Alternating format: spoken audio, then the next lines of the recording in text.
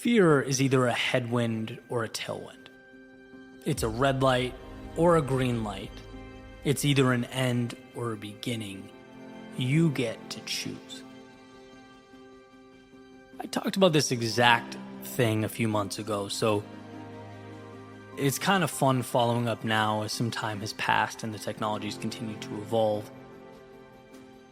Last spring, I heard someone say there will be two types of companies in the future. There will be companies that leveraged AI and companies that no longer exist, right? And I didn't know quite what to make of that at the time, but settled on, well, I trust myself to figure it out. After all, that's what humans do.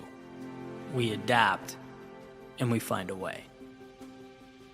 Well, I was recently in the middle of one of my YouTube audits, and I saw something interesting. There's a section of YouTube that discloses 15 channels that are similar to yours. Basically, there's an audience overlap. So, for example, one of the 15 right now for me is Andrew Huberman. So apparently, a number of people who watch or listen to his channel also make their way over to my YouTube channel, which I thought was interesting. So I wanted to dig a little deeper. And as I was poking around at some of those other channels, here's what I found. About a third, from what I can tell, of the channels on that list were faceless YouTube channels with AI voice automation, AI scripting, and what I could only assume is AI video editing as well, which means that the future state is here. It's not knocking. It's not around the corner. It has arrived. Okay, noted. That means two things. I can either, one, water the seed of concern, whispering, hey dude, you're now fighting for real estate on this platform with robots. And two, ask, okay, well, how can I add value in a way that AI automation can't? Right? Because there are certainly plenty of ways. And in writing this, it was kind of like, it almost seems a bit tired, right? How many ways can you say, find a way to win? But in reality, this is a perfect example of the crossroads we're always at, perpetually, right? In every difficult situation, we're tasked with growing or dying. And I truly appreciate that this is forcing me to evolve, or at least quicker than I would have, right? It's putting me in position to inject more into my craft. That's not optional, that's a requirement. And it's what technology has always done and will always do. I was joking around with a friend of mine who, said the same things. Like ChatGPT creates, great B- work. How do you ensure moving forward that yours is A+, right? That's the question now, and will always be the question. And in thinking about this, I don't know how anyone could think they aren't powerful, when in almost every situation, the same tool that gives life can also kill you. The same things that make you stronger have the ability to destroy you. The outcome's entirely dependent not on the tool, but on its utilization by the actors. I call us artists because we all are. And the proof is in what you've made with what you have. I was playing around with ChatGPT this morning, seeing if I could write a speech in the quote-unquote Eddie Pinero style, and I was laughing because it gives these, kind of robotic, rigid essays, but every single one of them referred to life as a dance and the world as a blank canvas. Right? I'm like, wow, I didn't realize I said that much. I was, what's his name, Woody in Toy Story, and you pull the string, that would be like my two rotating messages. But I believe that, right? Like, is there anything better to describe the freedom contained in the time we have? We are painters. We are architects. We're not handed good or bad things. We're handed things. And from our handling, interpretation, and craftsmanship with regard to those things, they take on certain meanings. Everything is opportunity. It's just waiting for us to first grant it permission to become one. When I was growing my company in the early years, right? Every once in a while, I would feel so defeated, like just tired of feeling like everything I did wasn't enough. You know, that sort of hamster on a wheel feeling, and I'd have to figure out a way to pull myself up again and again, right? And it was always, hey, remember, this situation is not good or bad, it's just a situation. You have to take it and paint it onto your canvas. If you think it's bad, what you paint will reflect that. Everyone will seem better, further along than you. The road will seem too challenging. Right? Personally, I'll take on a persona of not enough. But if I start thinking that the situation is valuable, is an opportunity, that's what will be etched into my reality. We are vehicles bringing meaning to meaningless things. And to know you have that ability can make all the difference. And so my thesis here stays the same. Technology will evolve, so will I, and so will you. But I think beyond that is an underlying truth. This isn't really about technology. It's about our willingness to adapt and make good things out of neutral, indifferent circumstances. There will always be a reason you can and a reason you can't. Or put in an artsy way, there are imaginary castles in the sky and imaginary shackles around your feet. You get to choose which to believe in.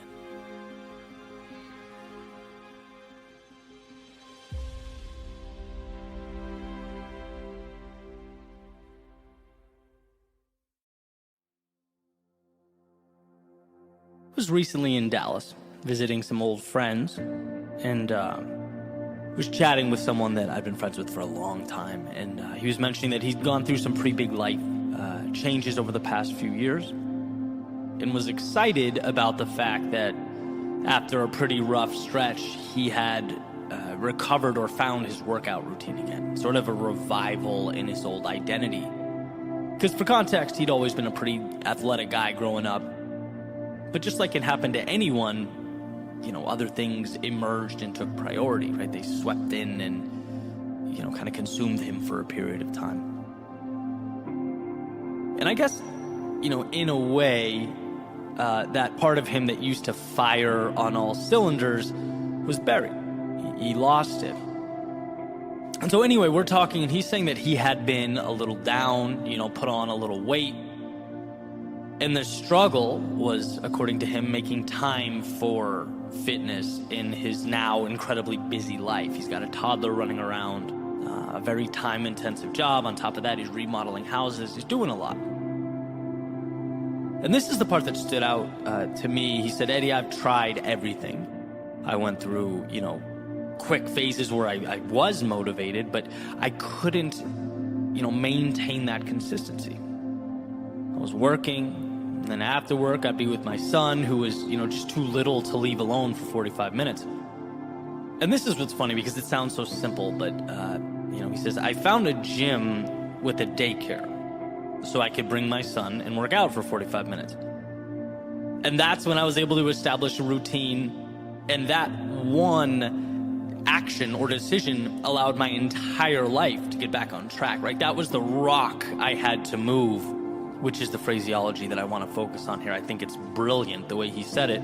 You know, basically, once I could figure out how to work out on afternoons when he's with me, I was able to make it go from sometimes a thing to always a thing.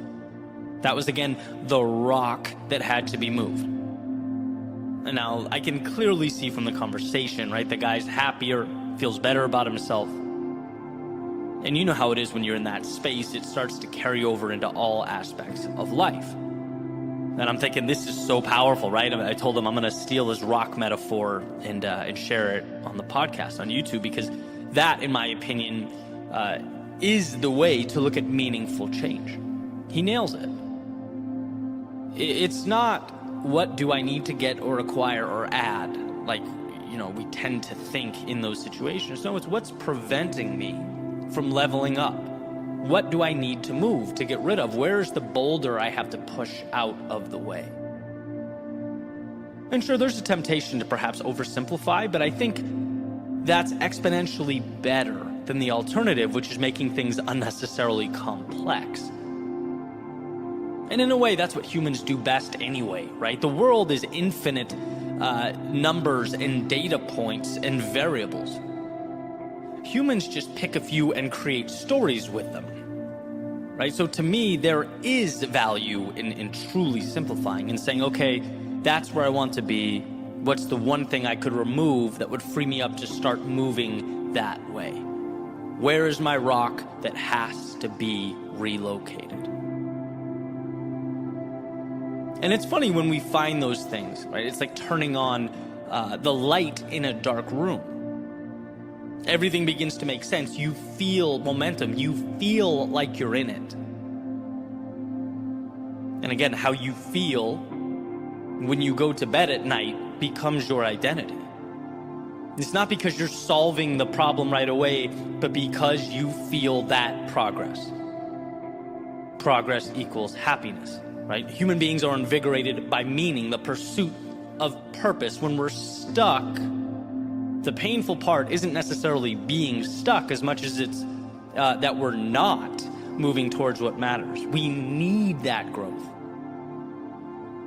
And for my buddy to see that, it was moving the mental rock of, I can't have a good workout when I'm watching my son. Those two things are mutually exclusive. Remove that limiting belief and boom. And maybe in your particular situation, there are numerous rocks that need to be moved. Incredibly plausible, right? But we can only move one at a time.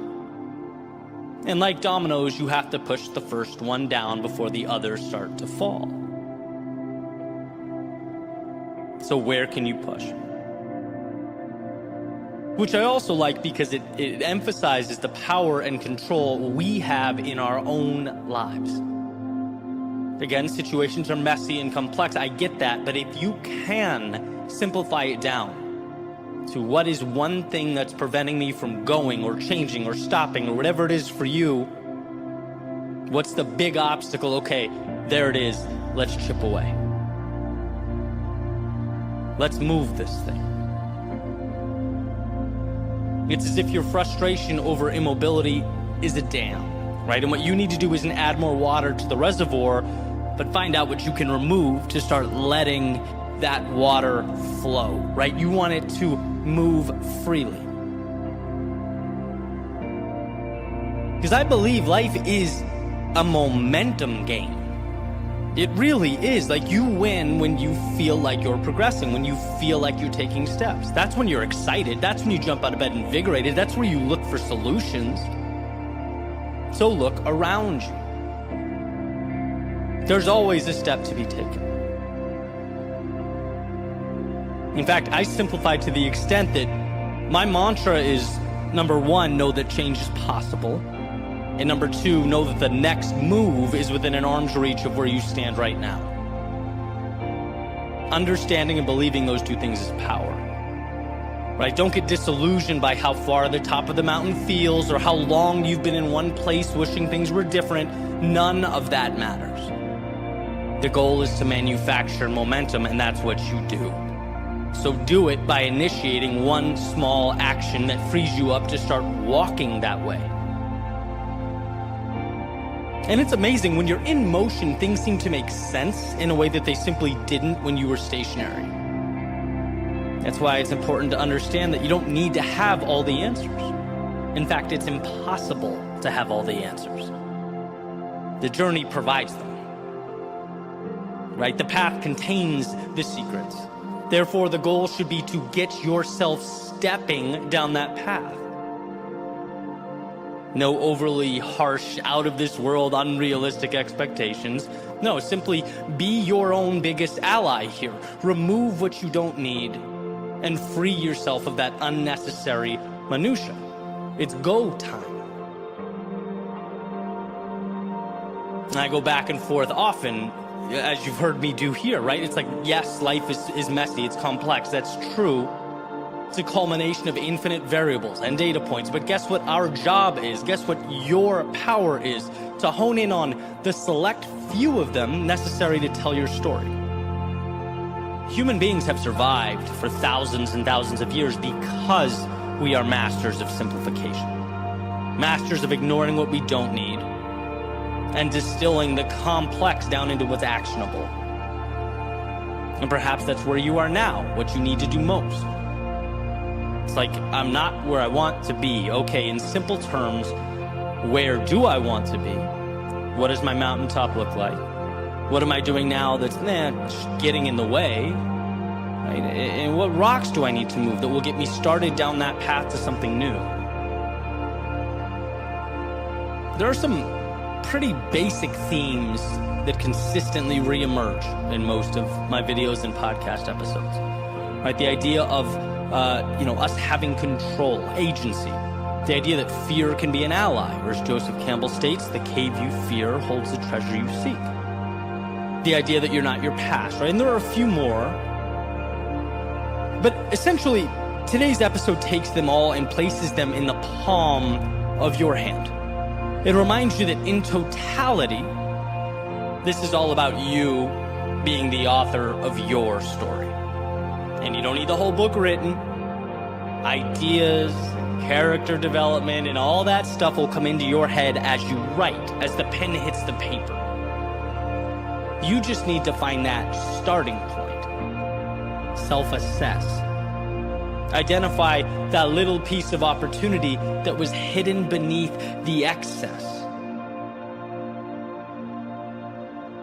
And begin.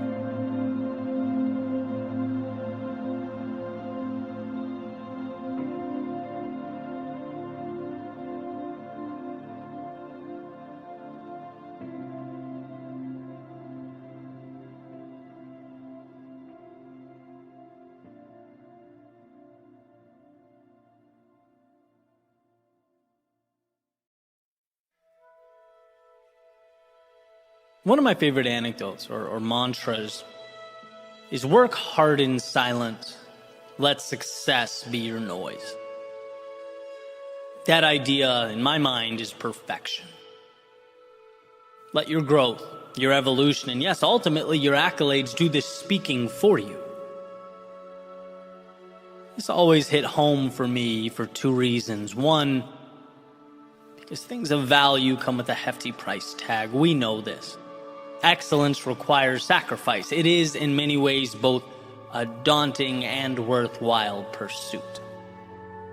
And two, well, because we often conflate flailing around with progress.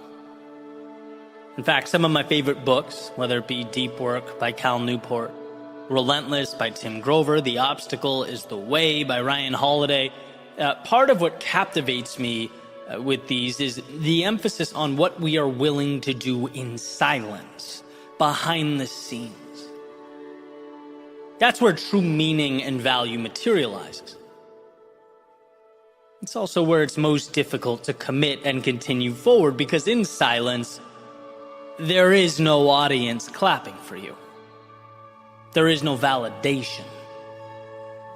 When you're building and reading and improving, when you're at the gym or on those calls, establishing that foundation, putting in the hours, it's easy to look around and have doubts. And our brains go, I did the work, where's the reward?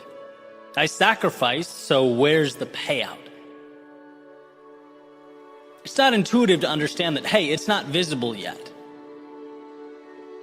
One of my favorite metaphors, the lily pad pond, in which there is a pond with lily pads doubling in size every day, and on day 30, the pond is completely covered with them. So what day was the pond half covered?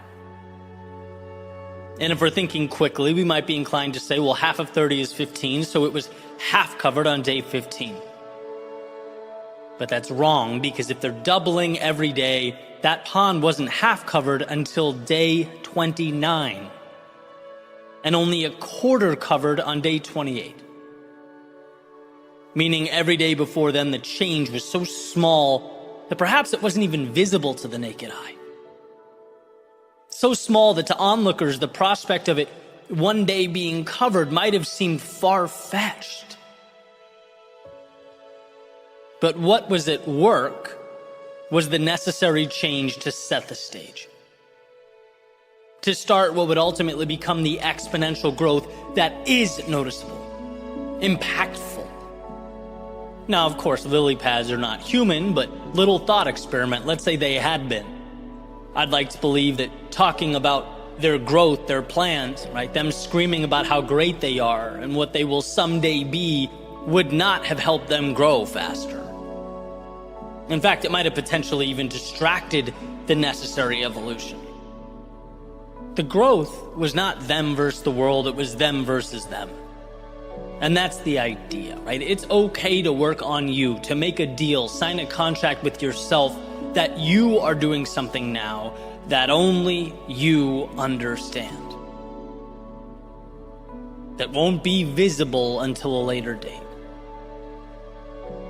Let success be your noise, because there's often zero correlation between the loudest person and the one making the greatest impact. Let success be your noise, because you can't fake competency. Let success be your noise, because leaders don't need to proclaim they lead, and winners don't need to prove they've won, and virtuous people don't advertise their virtue. It's in the doing. That's where we pay the price, the steep price. I've always said the last 10 years for me, the hardest part wasn't failing. It was not when things didn't go as planned. The hardest part was simply not knowing. It was the whisper that, hey, all this could be for naught. That I'm wasting my time, that the whole idea is a car without wheels, and that's what hurt. But if I could go back in time, talk to my younger self, I would say, all this, all of it, the ups, downs, highs, lows, it's making you who you need to be. And if something doesn't work or go as you planned it originally, relax. You learn, you adjust, and you move forward. That's how the doubling of lily pads, right, using the same metaphor, occurs. You're learning, you're growing, and that's a you thing. I talked a few weeks ago now about the difference between a fee and a fine, as discussed in The Psychology of Money by Morgan Housel. The weight of not knowing, it isn't a fine, it's not a penalty, it's the fee. It's the cost to get into the show, the ticket to something greater. But you have to walk through that door. Again, it's a decision, it's personal, it's a commitment. It's nothing that screaming and seeking attention brings. You have to trust yourself, believe in yourself, right? Your effort is doubling in size. It's compounding exponentially, and you don't need to convince others. You need to stay consistent and build yourself up until the world has to notice. Trust the mission you're on. As long as you're, one, moving forward, and two, learning and adjusting, you are destined for something greater. By committing, you have stacked the deck. By believing in yourself, you have rigged the game. It's about hearing and believing that voice that says, there's more in store for those who take it. And you are capable of that. That's the decision that will ultimately ring so loud, it will echo through time.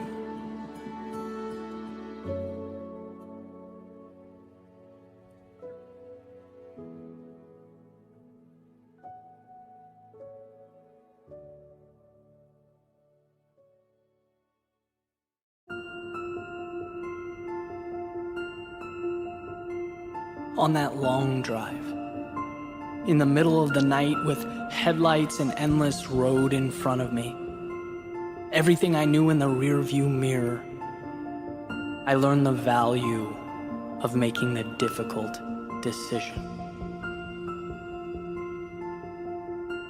During the times of disappointment, being let down by the ones I counted on, I believed in, I learned the importance of loyalty, the power of being there for those who mean the most to you. Through the failures, the stress, the uncertainty, I learned that life goes on. That when you allow yourself to fall, you build an immunity to the fear associated with hitting the ground. You get back up stronger. Through the heartbreak, the loss, the pain, I learned to appreciate every moment. To look around and not take any of this for granted. To both recognize and appreciate the fragility of the present, because with the snap of a finger, life can change. In the wake of past anger and conflict, I learned to pick my battles. That rarely is it worth my time. That our vantage points are merely a reflection of our backgrounds and understandings, and even the slightest effort to understand the person staring back at you can be the difference between building up and tearing down.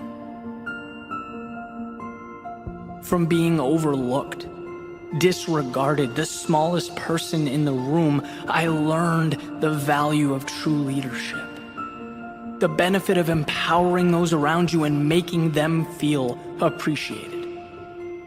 That walking alone may sometimes be necessary, but that building a vision that those around you believe in is unparalleled. Life is a teacher, and only through its toughest tests can its curriculum be understood, can its ideas and lessons take shape.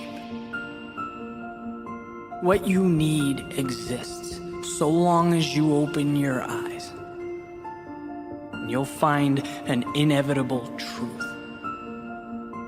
That this universe, it wants you to win. It's holding its hand out, providing you everything you need. Just understand. Understand that the lows prepare you for the highs. The losses set up the gains. The mistakes build a foundation for the greatest things you will ever do. Life is a teacher. And should you listen, you'll see that it has no bounds, no restrictions, just the next chapter.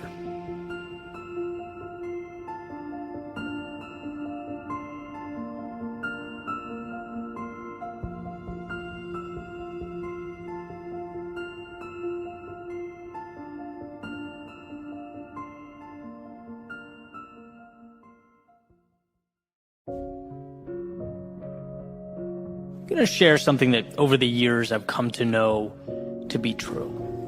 And that's that generally the answers that we look for tend to fall between the extremes. So for example, you have two people. One person is adamant that option A is right. It's a no-brainer. That'll take you to the promised land. Then on the other side, the other person's saying, no, it's option B, and it's not even close. Option B is the way to go. And well, generally speaking, the answer we're looking for falls somewhere right in the middle. That's where the winning formula lives. Not always, but most of the time. The other stuff, the detail, the A's, B's, and C's, the stuff that gets the flash that we spend most of our time talking about, it's unnecessary noise and nuance. To win is to trust your instinct. It's being comfortable with your authenticity as the foundation. And then once you have that, you can choose to sprinkle the other stuff on top as flavoring. But I want to talk about this idea because I've fallen into the trap, and I think others do too, of looking for answers in the wrong places. Of trying so hard to replicate success, to meet other people's guidelines. We're so busy asking what the other people want to hear that we're not asking ourselves, hey, what do I want to say? And in the process, we lose what's most valuable. We end up rearranging the deck chairs on the Titanic. Imagine if Malcolm Gladwell only wrote about what was trending on Twitter or what was popular. It's like, no, he writes about what he's interested in. That's why he's so fun to read. His curiosity and passion always comes through. Or if J.K. Rowling spent her time researching what works, what sells books, what do I need to buy, what's been done before me, before she created Harry Potter, we probably wouldn't have it. Her brilliant imagination wouldn't have been shared with the world because, let's be real, wizards in boarding school weren't exactly on everyone's radar. There was no roadmap to that. Or I think of Jordan Peterson's lectures. Imagine if he crafted his message around YouTube or Instagram algorithms. It would lose all its power and meaning. He's authentic, he's raw, he's real. That's why we watch him. But the reality is, every day, we're told in tailor-made, strategically located advertisements that, hey, John Smith achieved success, happiness, and fame with this product or this service, and without that, you can't get what you want. Or we turn on our phones, we go on social media, and it's hearts and likes and double taps, and we're not saying what we want to say. Right? We're reverse engineering how to get that validation. For those with brands or those in the marketing space, I mean, you know, it's always about trying to understand this mysterious algorithm where your posts will be buried. What we're being asked to do overall every day is manipulate ourselves to meet the demands of the platform or of the external criteria. And I'm not saying it's morally wrong. There's no atrocity being committed. Part of life is adapting. But what I am suggesting is there's a danger that we're not aware of. Amidst all this chaos and confusion and manipulation, we tend to lose ourselves. And when we lose ourselves, it doesn't happen all at once. It's gradual. It happens little by little, one concession at a time. We don't snap our fingers and disappear. We slowly slip away, not by what we do, by what we don't do in order to fit in. Do you know how everything in our solar system orbits around the sun? Well, what if you thought of that sun as who you are, right? When you're with your friends or family, when you're writing, saying, thinking what matters to you. Without social media, without brands and marketing and societal pressure, just simply who you are. That should always be the nucleus of your world, your North Star. That should be the measuring stick to whether you're on the right track, not the externalities that ask you to change your key so that it fits their lock. What if we re-engineered the way we look at things? What if we built a world where people expand upon who they are and what they care about, where we have the courage to say no to the latest trend or item or advice because it's just not who you are? What if you were that confident? And then, if we think some of those externalities will help us, then sure, sprinkle them on top. But they rotate around you, you don't rotate around them. That's the difference. To be content, you have to be the center of your own universe, living by your guidelines. So instead of looking around and trying to decide your strengths, based on what will be accepted or promoted or what's been done before, do yourself a favor. Take a deep breath, step back, and just simplify. You know what matters. And that's enough. You don't need the world to tell you that. So while the masses fight over solution A or solution B, maybe you'll understand that both of those solutions solve the wrong problem.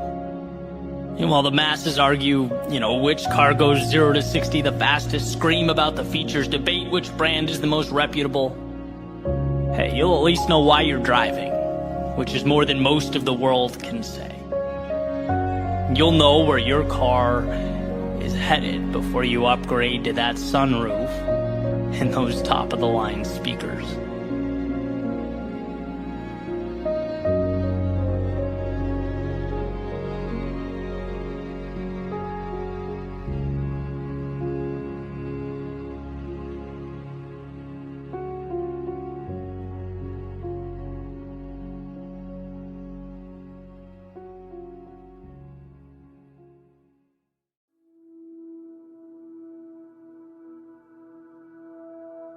If you remain calm in the midst of great chaos, just the surest guarantee that it will eventually subside.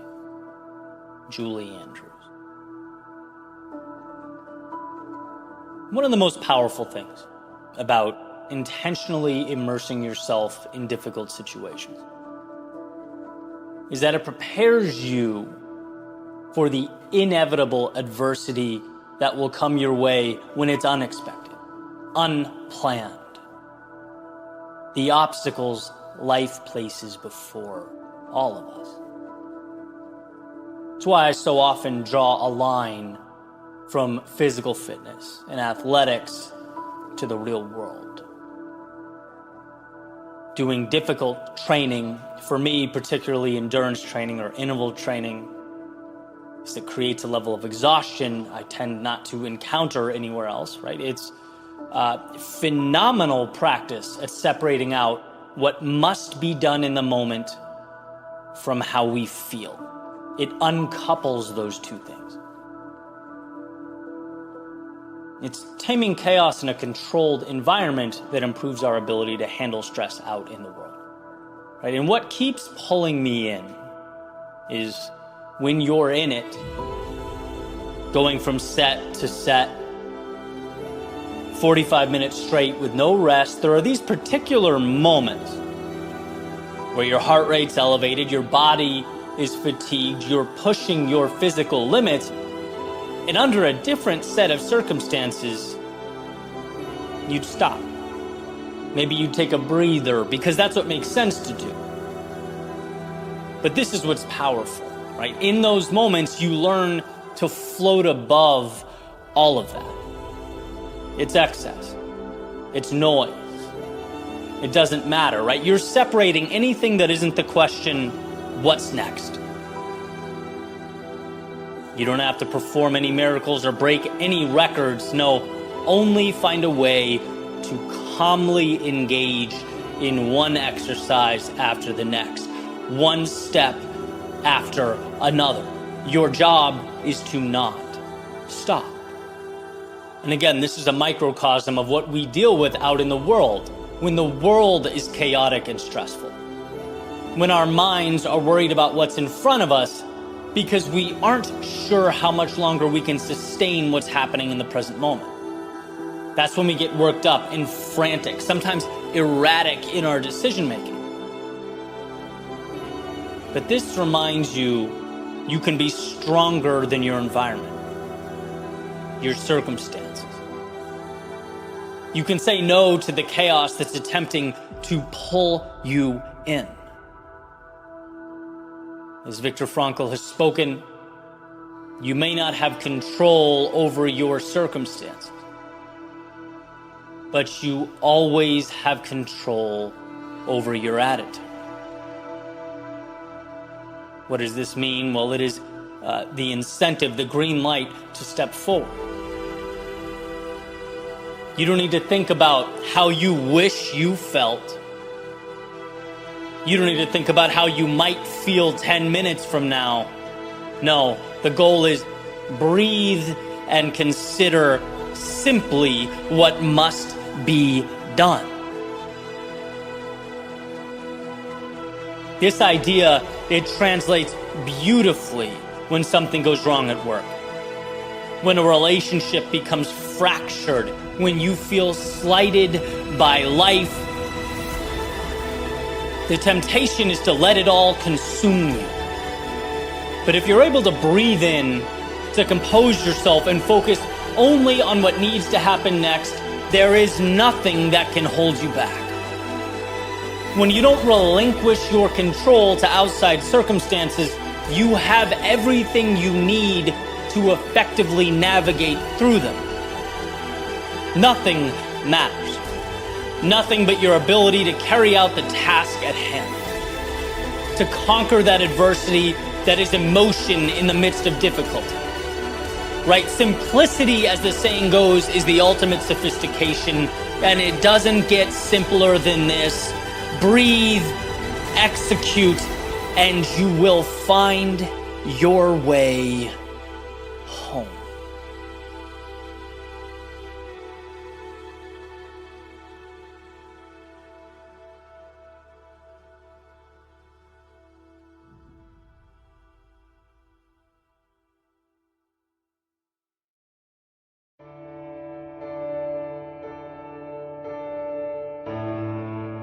Dear younger me, there's a lot that you don't know.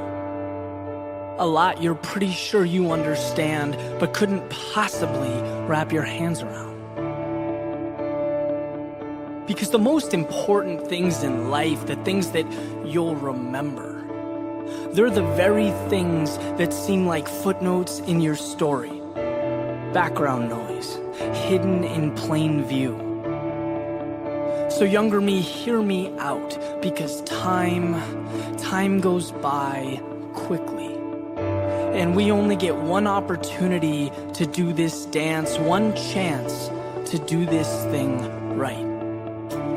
Younger me, when you wake up, be thankful for the shoes on your feet, the house you live in, the life you lead. Because if all you do is focus on what you don't have or the next milestone, happiness becomes a mirage. Younger me, the world as you know it isn't something that was destined to be.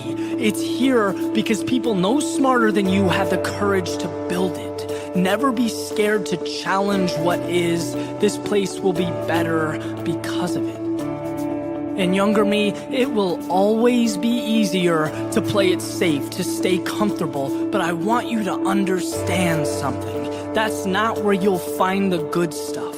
If you don't take chances, you'll spend your time wondering what could have been. Younger me, believe in your greatness. This world can be a tough place, and if you don't believe in yourself, no one will do it for you. No one will hand you the sky. Earn excellence every day. It's there, I promise.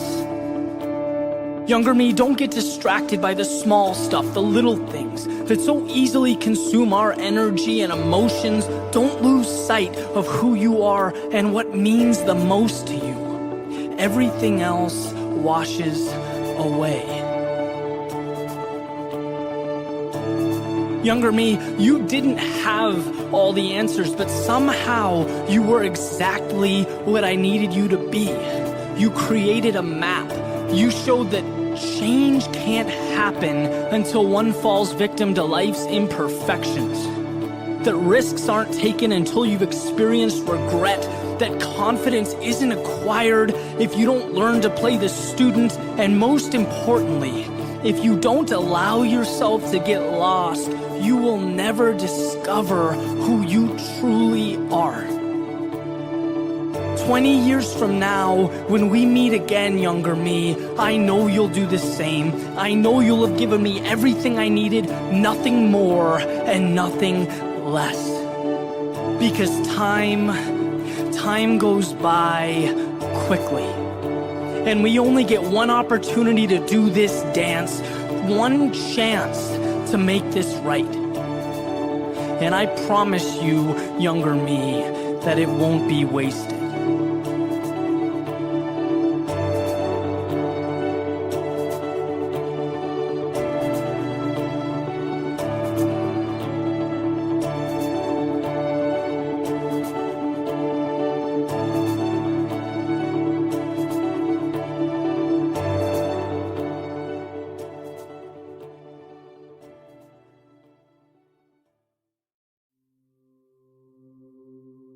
You weren't put here to live in the shadows of life,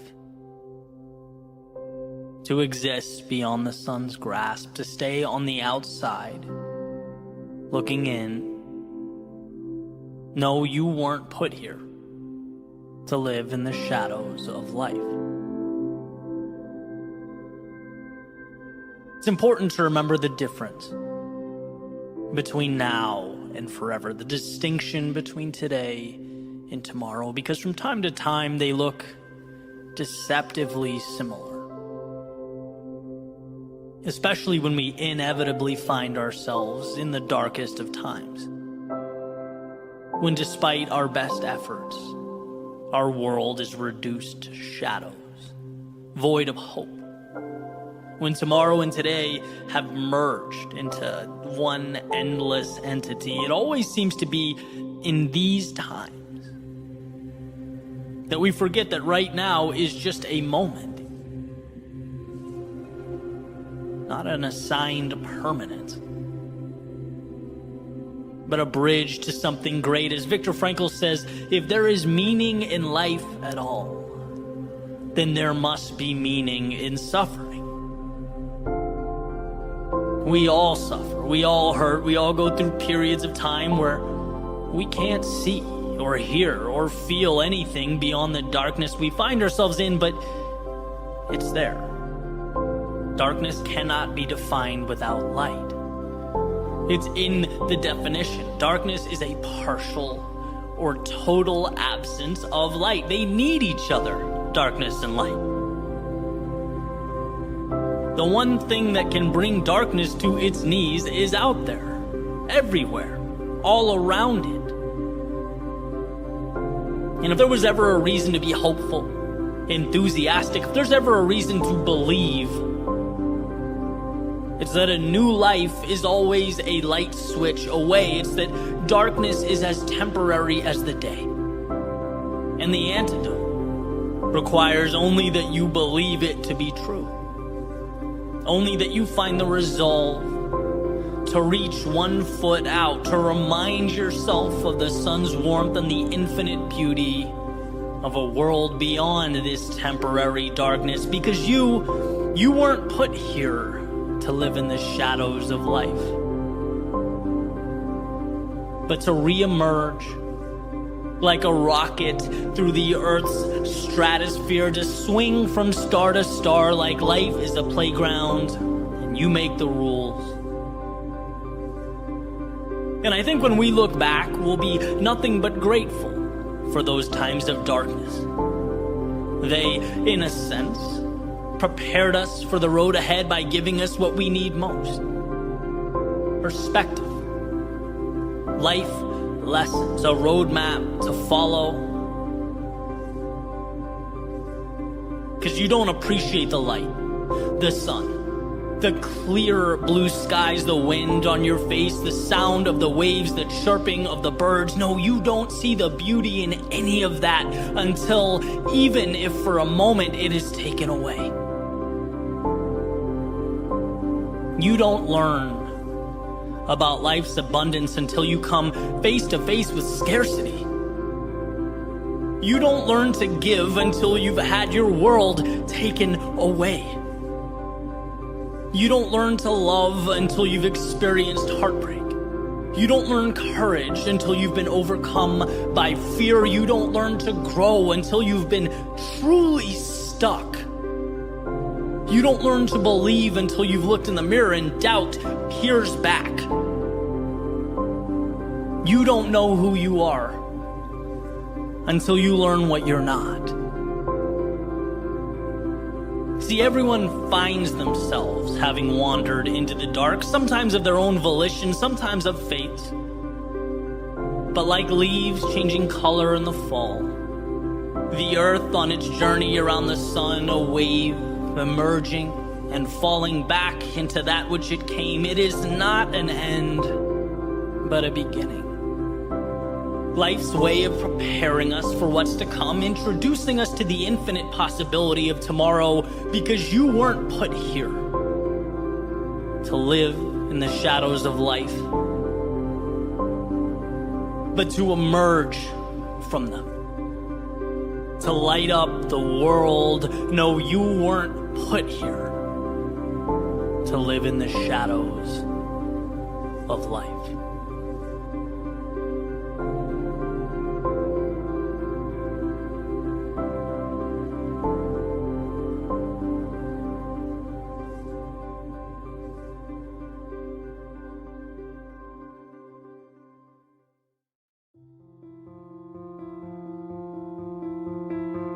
Human beings don't see, we interpret. We don't take in what happens. We take in the implication of what happens. Everything in our world is story. It's similar to the idea of two ideologically different news organizations, right? Reporting on the same event. Neither will be completely factual. They'll both uphold their individual narratives. They're not black and white. They're interpreting gray space. And our individual lives are no different. We are our own broadcasting channels. using data to support our individual narratives. See, we know what the story's going to say before the story occurs because we will make it so. We'll make life fit our beliefs. That's what it means to be human. And so here's where the value lives in the context of this message when we find ourselves in a consistent state of despair or frustration or anxiety. It's a fool's errand to look for solutions in the external world. Because everything we find, everything we come across, will support our current beliefs, our current story. That's what will keep playing in our heads, and it's why money can't bring fulfillment, and another person can't take you from incomplete to content. It's why status will never equate to happiness. Those acquisitions are like putting premium fuel in a car with a broken engine. It's just not the answer that we hoped it would be. To change your world, you must change your story. Whatever it is that needs to be changed. The location, the objective, the characters, maybe the journey altogether.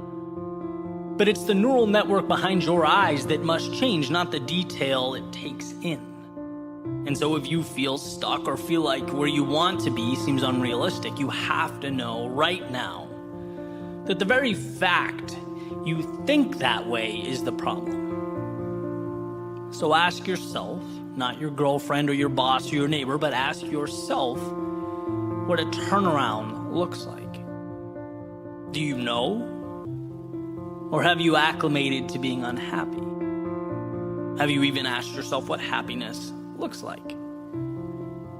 Or is your personal broadcasting channel so hell-bent on ensuring your life outlook stays the way it is that it's not even paying attention to the data it takes in? See, I believe wholeheartedly that the first step in any facet of transformation is remembering that you have control, that things in your life that bring you down or hold you back can be changed. In fact, the very things working against you can work for you. But you have to be aware. You have to think about it. Now, I'm not a believer in magic, right? I don't think you sit back, say, I don't want to be unhappy ever again, snap your fingers and smile until the end of eternity. But I do believe that once we're aware of our manufactured shackles and our self-imposed limitation, we can start chipping away, doing the 1, 2, or 3 small things every day, tiny swings at the tree until it falls. Right? If it's, I'm not happy with my work life, well, what does a better situation look like? What bridges that gap? I'll wake up 20 minutes earlier on weekdays and master Microsoft Excel. I'll send one message on LinkedIn asking an expert about the field I want to move into. I'll read 20 pages a day in a book related to business. You think those things are small? See what they look like compounded in a year. Not only that, this is the most important part. You are taking the power back. You're taking control. And that's what feels good. That's where we get our identity. You get a little disappointed at how you've let your physique slip when you look in the mirror. Don't be sad about it every day. Again, ask yourself what the inverse looks like and start doing small things. Subtract 1 sports drink and add 1 green smoothie. Double your water intake. Do a 10-minute daily workout on YouTube. Like, the pieces are out there. And to find yourself again is to realize that they're out there. Realize that you're playing a movie on loop in your head that isn't right. It's just not you. And well, what movie do you want to be playing? In an ideal world, scroll through the library, find it, click play, and start doing the small things that make it real. There's so much power in progress. I've seen this unfold in different areas of my life, but particularly as a writer, as a speaker, it's like you identify who you want to be, you start making tiny steps, and after a while, you're surrounded by the change that you've created. How can you not believe something that you're starting to live. It has to become your identity because it is you. It's around you. You breathe it. So look around and realize the malleability of your situation. And if what you find is not you, good. Here is your opportunity to tear down the old and construct the new. You can do that because you have control. Because it's within your grasp. So start the new movie, the new story, make yourself the hero, and set out to find yourself again.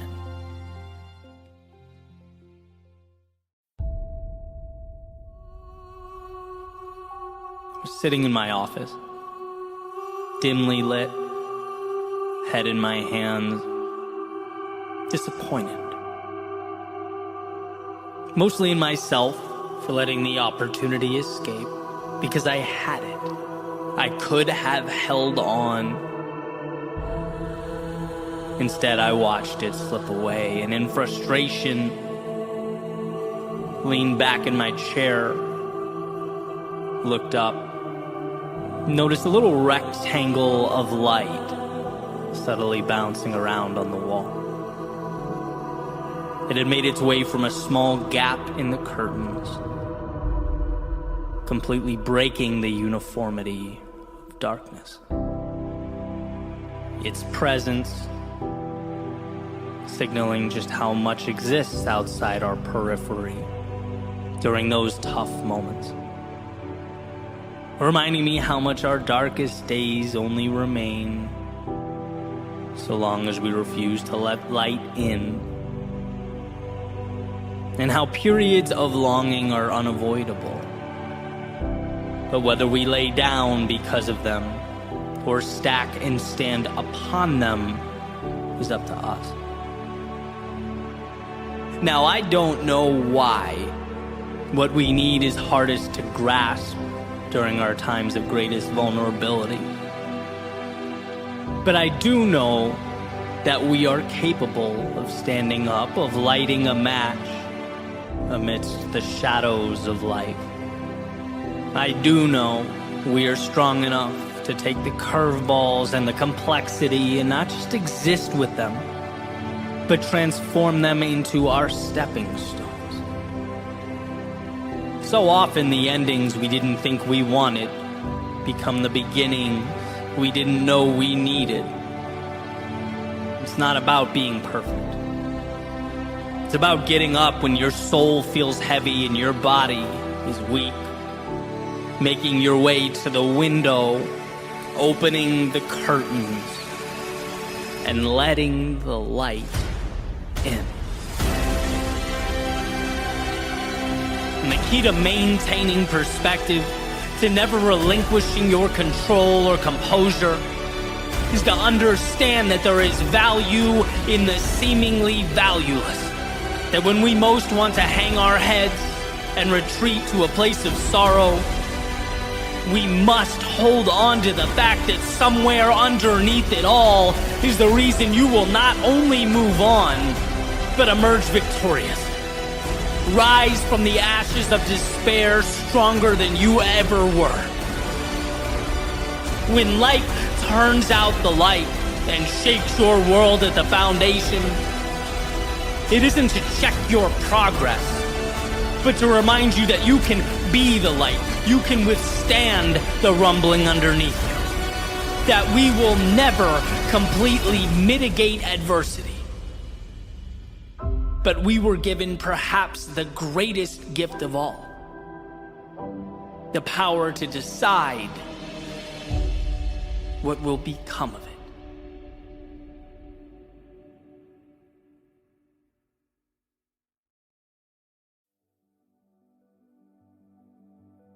Here's to going even when you don't want to go. To moving forward when you're uncomfortable, to stepping up when you're fearful. Here's to courage.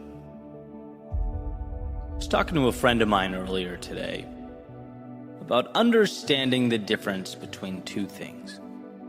On one hand, the fear that presents itself when we're growing, leveling up, right? Like we've all felt nerves before a big event or an important life change, things like that. And then on the other hand, the emotions that arise when we start to feel like something isn't right for us. Similar discomfort, but not quite the same. We feel nervous or uneasy because we know we're misaligned.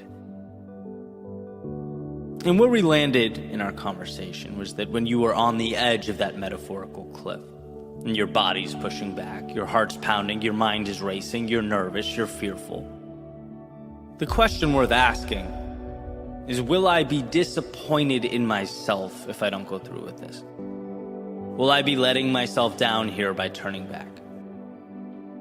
You have to jump into the future and imagine, future you sitting at the table reflecting on this.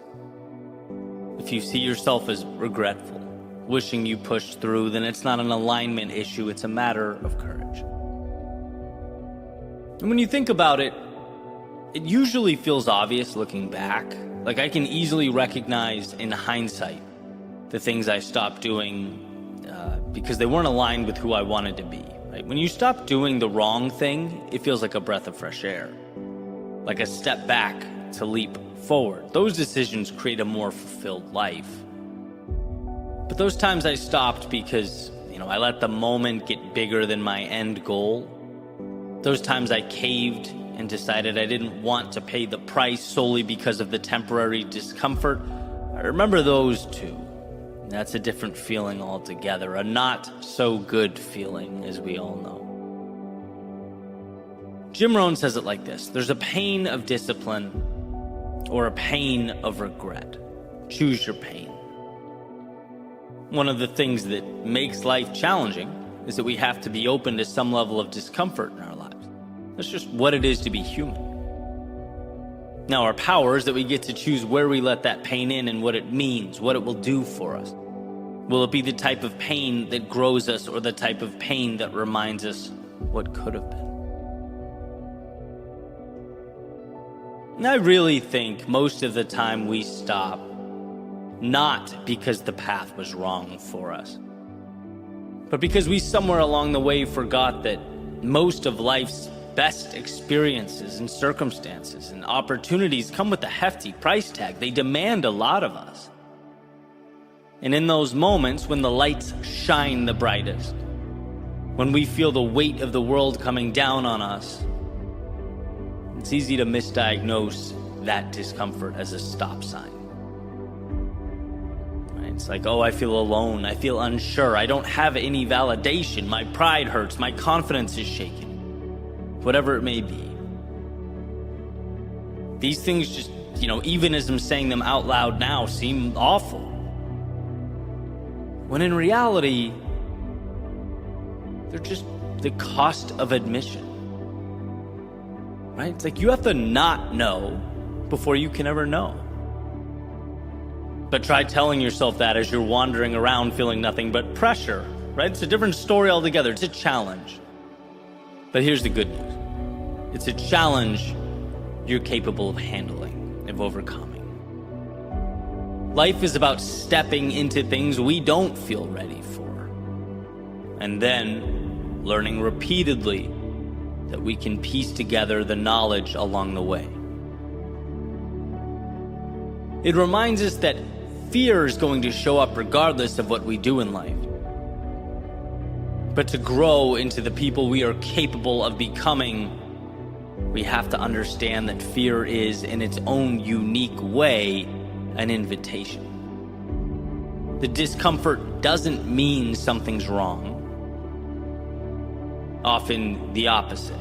It's letting you know that more is available, that you are right where you need to be, but you have to change in order to become worthy of what's on the other side. Life is not saying no. It's merely demanding of you courage, and courage you have.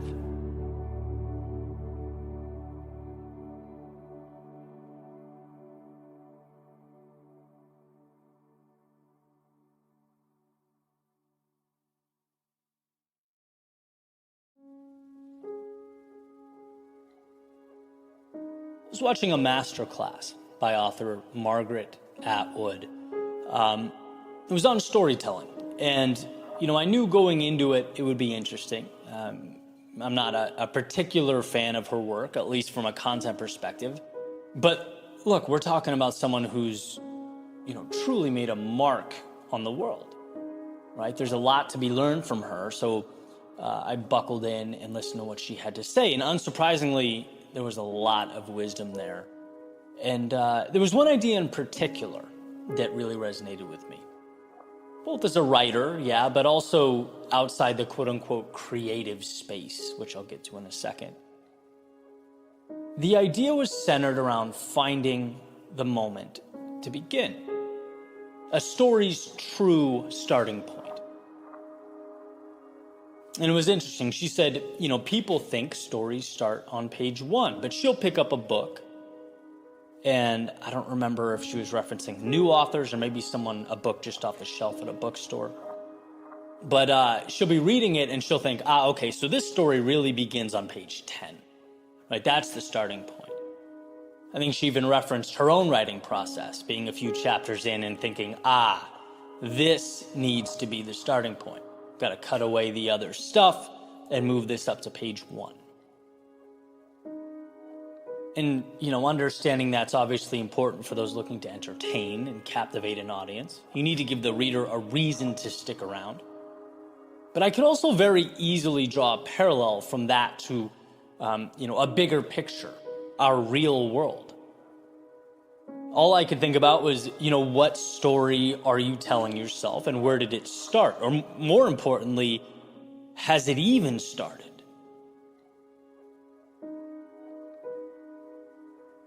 There's something both liberating and beautiful about the fact that all of us in the stories we are living could, at any moment, recreate that metaphorical first page. And I believe that with all my heart. Like we think, page 1 started years ago. This is how things are now. This is where I exist in life. But what about the idea that beginnings don't have to start on page 1? What about the idea that you can cut away as much as necessary to create the right beginning? The story that feels right to you. We don't owe anything to the words that were written leading up to now. We're not beholden to the chapters that came before.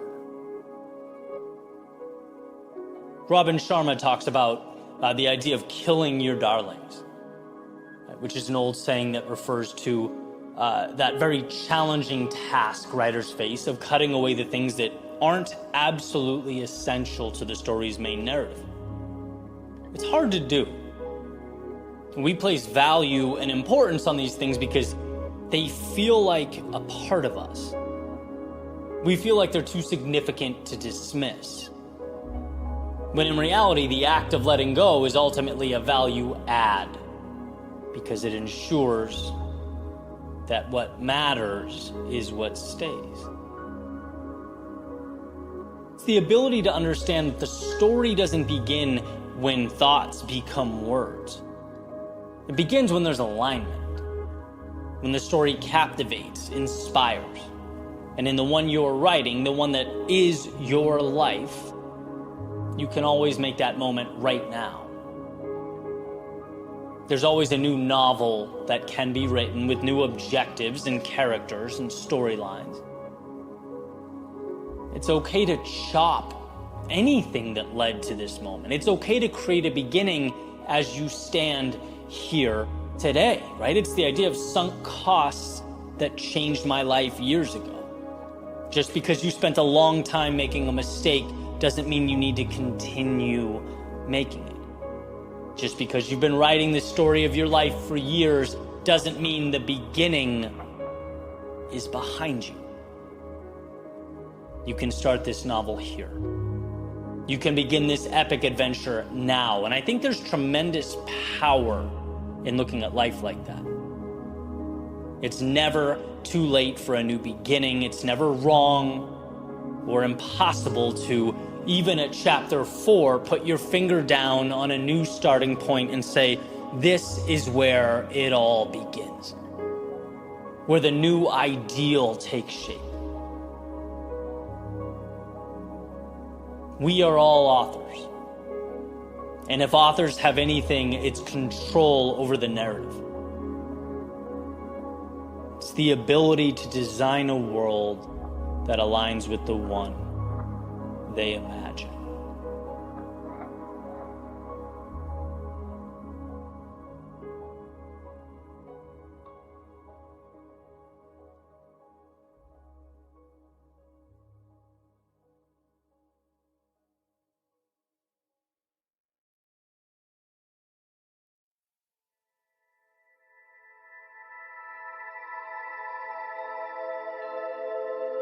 Find a way.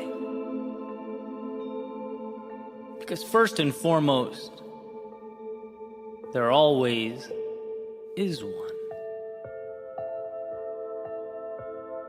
Find a way because you are more than strong enough. Because anything other than a solution or some semblance of progress means you gave in, called it quits, threw in the towel, and giving in is not who you are. Find a way, because that discomfort today, well, it becomes our greatest source of pride tomorrow. The simple decision to carry on or stick it out now is so much more than it appears to be when under duress. Sure, it's easy to turn around. But everything relies on your moving forward into that darkness. Find a way. Because while we may think we want safety and need predictability, our souls want adventure. Life's meaning is comprised of the mountains climbed and dragons slayed, so step out and slay your dragons. Find a way. Because an evolved self has to be earned. Keeping promises to yourself is no small ordeal. Putting your head on the pillow at night, knowing you followed through on who you decided you would be, that's power. It creates a trajectory towards infinite possibility. It points you at the stars. Find a way, because you must reinforce the fact that the world is clay to be molded, not a checklist. It's a game, not a chore, a gift, not an obligation. When you find a way, you become the ruler of your own kingdom. Look, there exists a way, a path. That's not the question. The question is one of effort. Is there a willingness to move beyond the parameters imposed upon you by others, by the past, by the thoughts that bounce around in your head? Is there a willingness to endure duress in the short term? Is there a willingness to fall down now, to look dumb, to not always be perfectly packaged or assembled? Are you willing to endure that in exchange for the infinite? I remember hearing the mantra, there is always a way to get to your finish line. It's not, can I? It's not, is it possible? No, it's how. How do I get there? The dots exist. You have to be the one to connect them. You have to build bridges over the oceans of unknowns the valleys comprised of the unforeseen. Oh, there is a way. Remember that. Remember that it's not the destination that's in question, but one's willingness to knock and knock and knock until the right door opens. Remember that you have everything you need, that you are armed with all that is required. You were made to connect those very dots before you. You just have to decide what's more important to you. That feeling of reaching the top of the mountain, or the feeling of its shade at the bottom. What will you give to be more than you've ever been? Do more than you've ever done? There is always a way. Are you willing to find it?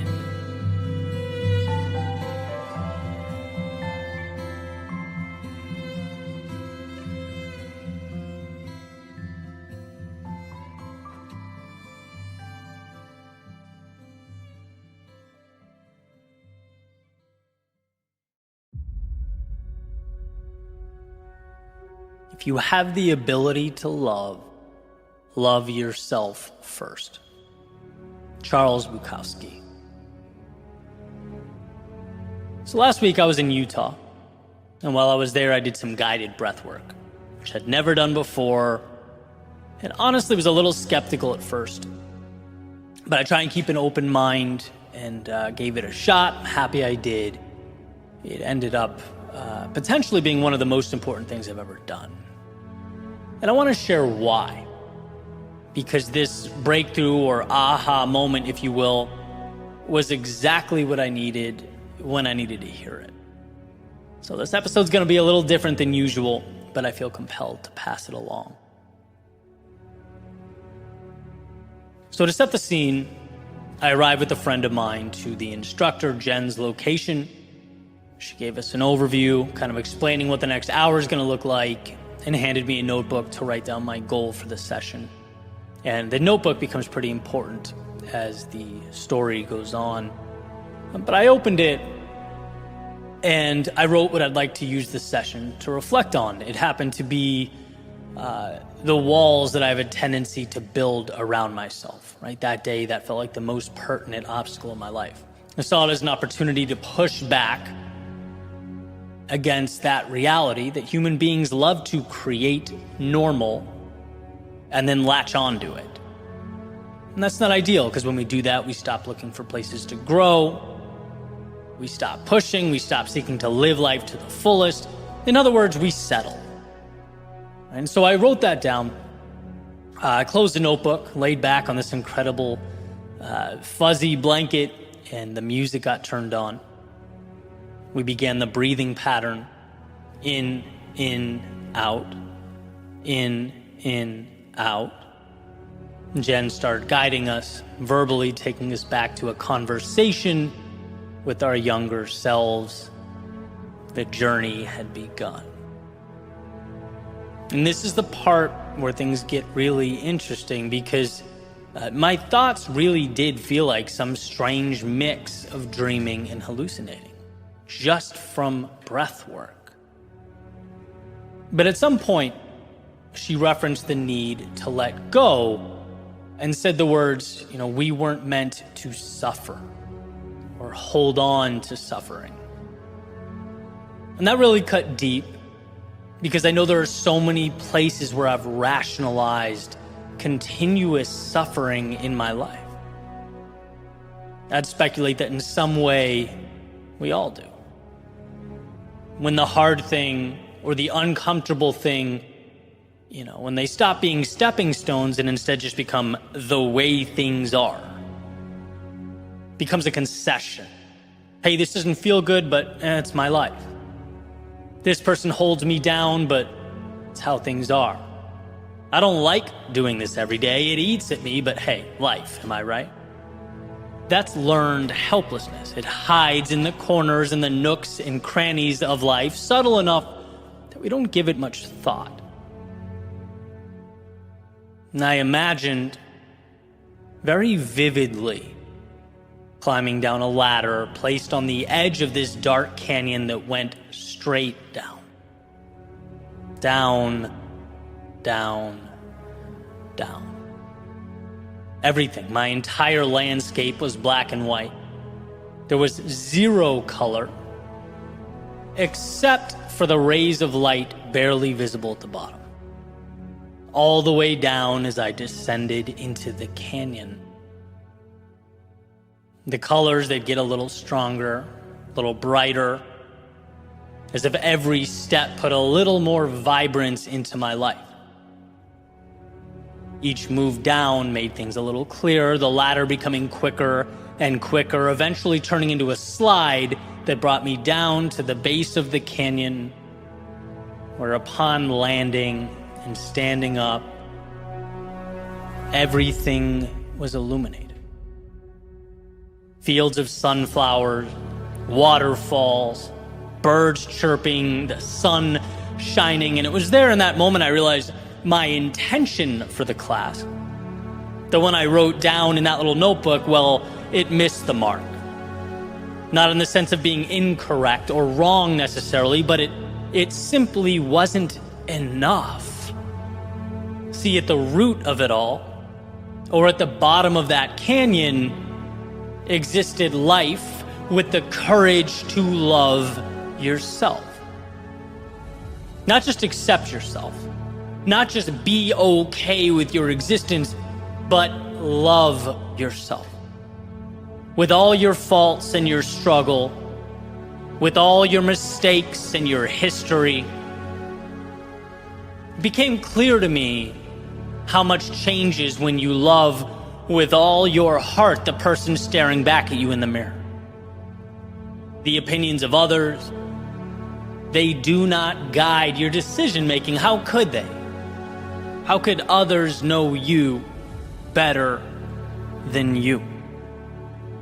In fact, those opinions are part of the black and white landscape to be left behind at the top of the mountain.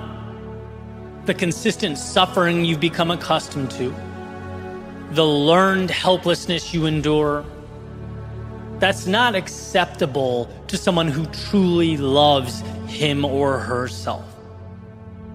Loving yourself means pushing away that which is not you. It's finding that ladder down to the beautiful world of authenticity and truth, the magic of being aligned with what really matters. And what's funny is, I can talk about breaking down barriers.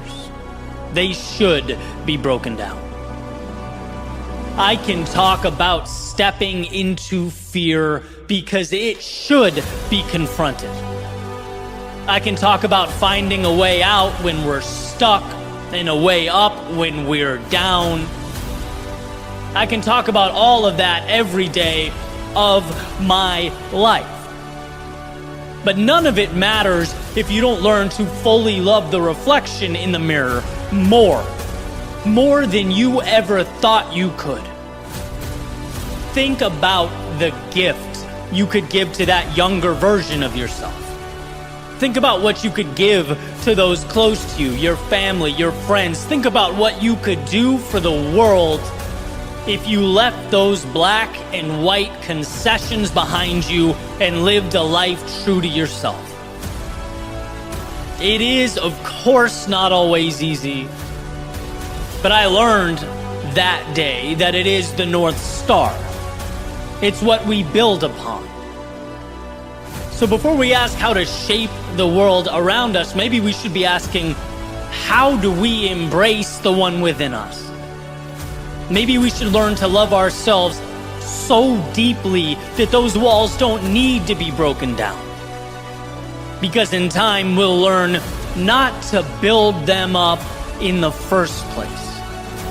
We'll learn that in a world of black and white, it is acceptance and trust and confidence and love that gives it color.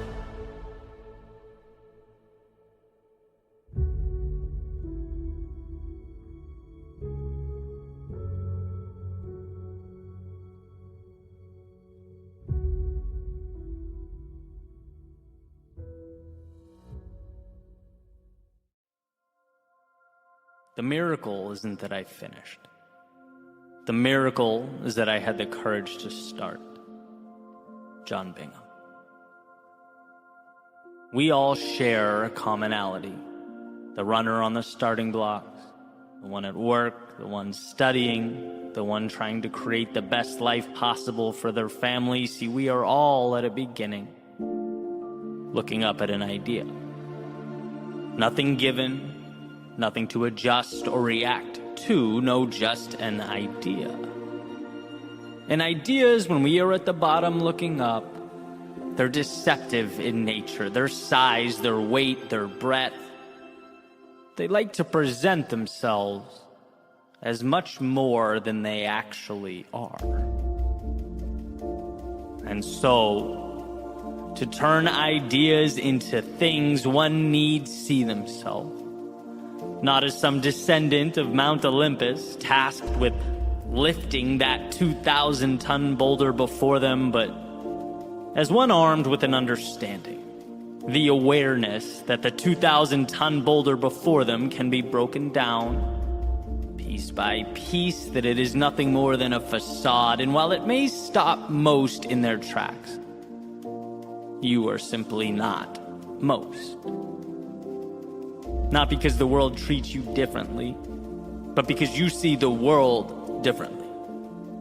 By knowing you are bigger than the sum of its parts, you have defanged this wolf. You have put yourself in position to do that which makes the world tremble, that which causes even the most confident to doubt. You have put yourself in position to begin. See, there is a time to look at the top of the mountain, breaking through the clouds, powerful and majestic. And then there is a time to look at your feet. And right now is the latter. You're not concerned with the big things. No, not right now. Your job is to move forward into this haze, to not see but adapt, to not know but trust. Things will materialize, and you know that. But at the same time, you can't control the future. Your battle is right now, and it's with the space immediately in front of you. It's with the thoughts attempting to deceive you. It's with the things the outside world will tell you, but forward motion is the antidote to all of that. And so forward you must go. The beginning is always the hardest because our thoughts are a mightier foe than life's obstacles. Thoughts take on lives of their own. They become monsters, demons, dead ends. Obstacles, on the other hand, just ask that we adjust. There is no obstacle that can't be addressed by stepping into it. And so while the temptation is to sit, thinking, speculating about how challenging the road ahead, this is where you think less and move more. Harness the world as it comes, because the truth is nothing is as big as it appears to be. Life is incredibly solvable. Every problem has a solution. Every bad chapter ends. Every setback is a chance to be more than you've ever been. But how would you know that if you bowed down to the mountains in your head? How would you know that if you never began? So let today be the dotted line you sign with your future self. A promise to be aware that the mountaintop peers over you, but to not be distracted by its shadow. To take the climb one rock, one step, 1 second at a time. Let it be an acknowledgement that nothing life throws at you can't be broken down and conquered so long as you don't get in your own way. Gone are the days of being held captive behind steel bars of self-doubt and fear. That road ahead is not the problem. It never was. Refusing to give yourself permission to travel down it was the problem. So without constraints, meet life head on. Let the trials and tribulations emerge, because they will, but know that you will rise to meet them. Let the unknown highlight all that you don't know, you can't see. Fine. The one thing you are sure of is that you will, one by one, transform the unseen into strength. And when those thoughts emerge, telling you that you've gone too far, that you're in over your head, that this isn't meant for you, know them not as truth, but as the only obstacle that can derail and distract. You don't have time for make-believe monsters. No, not today. So onward you go. To map the unknown, to tame the untamed, to live your life the way it was meant to be lived.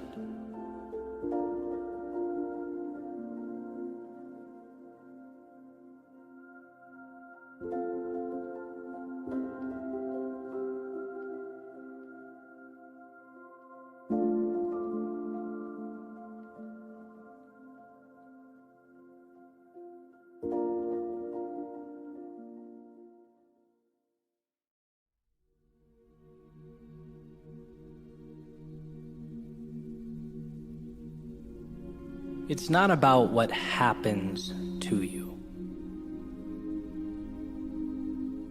No one escapes adversity.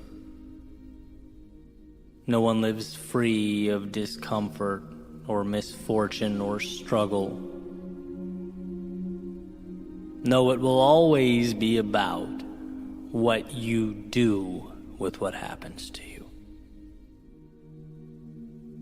In other words, it's not the event, it's the response. Not the obstacle, but the ability to navigate around it.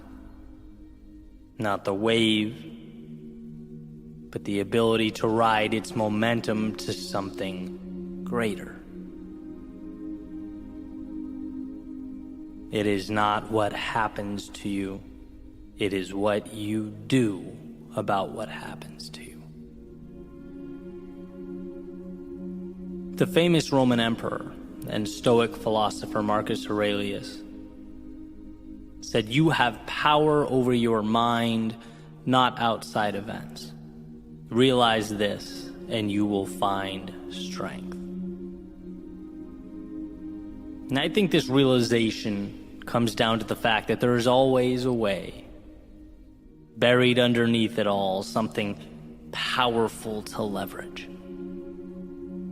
But getting to the value calls for a rewiring.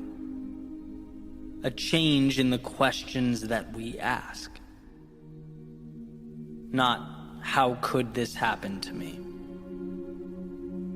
But, how can I be better tomorrow than I am now because of what happened to me? Not, can I still be that person or accomplish what I set out to? But, I am that person. Now how will I adjust my path so that I get there? We're operating within a world of value, limitless opportunity. The difficulty simply pushes us to that value faster, expedites the process. It forces us to open our eyes and see that the world works for us. So you take, for example, the fear of starting something new. That fear, it doesn't have to be an endpoint or a red light indicator. Fear doesn't mean you're not qualified or prepared or equipped. It simply lets you know that you have finally acquired the courage to step out of the safety of the only world you knew and into the turbulence of growth, onto the path of something better. And where it's easy to move away from that feeling, to turn your back on the chaos and retreat to something simpler, maybe something more predictable or contained. What if you viewed the fear as the price that we all have to pay to pull the curtain back on the best things life has to offer?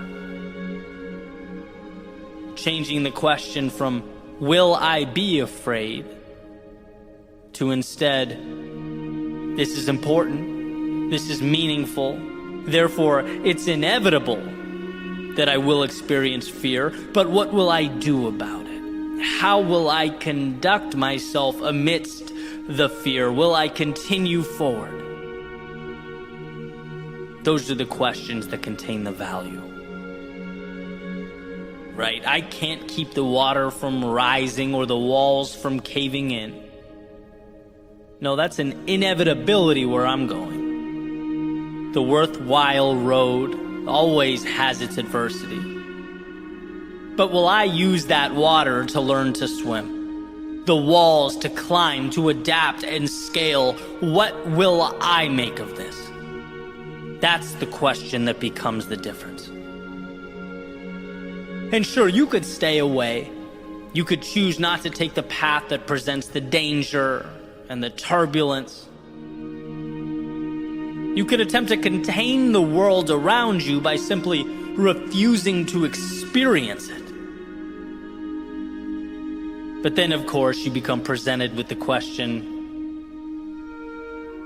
why intentionally refuse to cash in a winning lottery ticket? Why diminish your gift in such a way? If it's not what you look at, it's what you see. Why see the world as an adversary?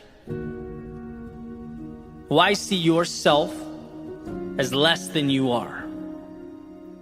The saying goes, when you fight for your limitations, you get to keep them. You'll never exceed the person you've decided yourself to be. And yes, the world can feel intimidating. It's unknown. You in many ways can't control the characteristics that make life what it is, but you can always control you. Just like you can't control the wind, but you can adjust your sails.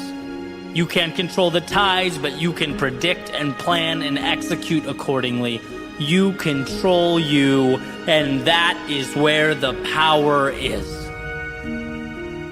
And of course, there's going to be times where that's hard to see, when it's not your first instinct to find the value. Take, for an example, a change, a loss, the end of a relationship, the point where people tend to feel their lowest. It hurts to have something and lose it. To have what you were once so sure about challenged, what you once believed in called into question. But this doesn't have to be a referendum on you as a human being, right? Sure, you made your mistakes, but you have the opportunity to dwell on them or to acknowledge them and ask the question, I know what I know now. How can I be better than I've ever been in my life? How can I position myself to get more of the good and less of the bad? Same idea, different context. When those walls feel like they're crumbling down, you have to know there is more on the other side, just beyond what the eye can see. And this isn't just an idea I play around with in my head. I make a concentrated effort to think this every time something goes wrong. When my first reaction is emotional, my first emotion is anger or frustration. It's like, take a breath, compose yourself, and start looking for the value. Because here's the truth, the world is not going to end today. There's going to be a time down the road when I look over my shoulder and right now is a distant memory. What will I have done with it? And it's the times that might have broken you that contain the greatest transformation. I like to say the greatest tragedies or the hardest times made me who I am today. The losses taught me that I had everything I needed. The failures showed me what I'm capable of enduring. The times I was let down taught me to depersonalize the shortcomings of others, but to simultaneously hedge against them. The times I was lost showed me we only discover or meet our potential when we leave the little day-to-day realities that we create. Why? Because we are in control. not of the external, but the internal, and that ends up being a bridge to a reality that means something. So when you find yourself at the base of a mountain looking up, understand that there are two ways to perceive the climb.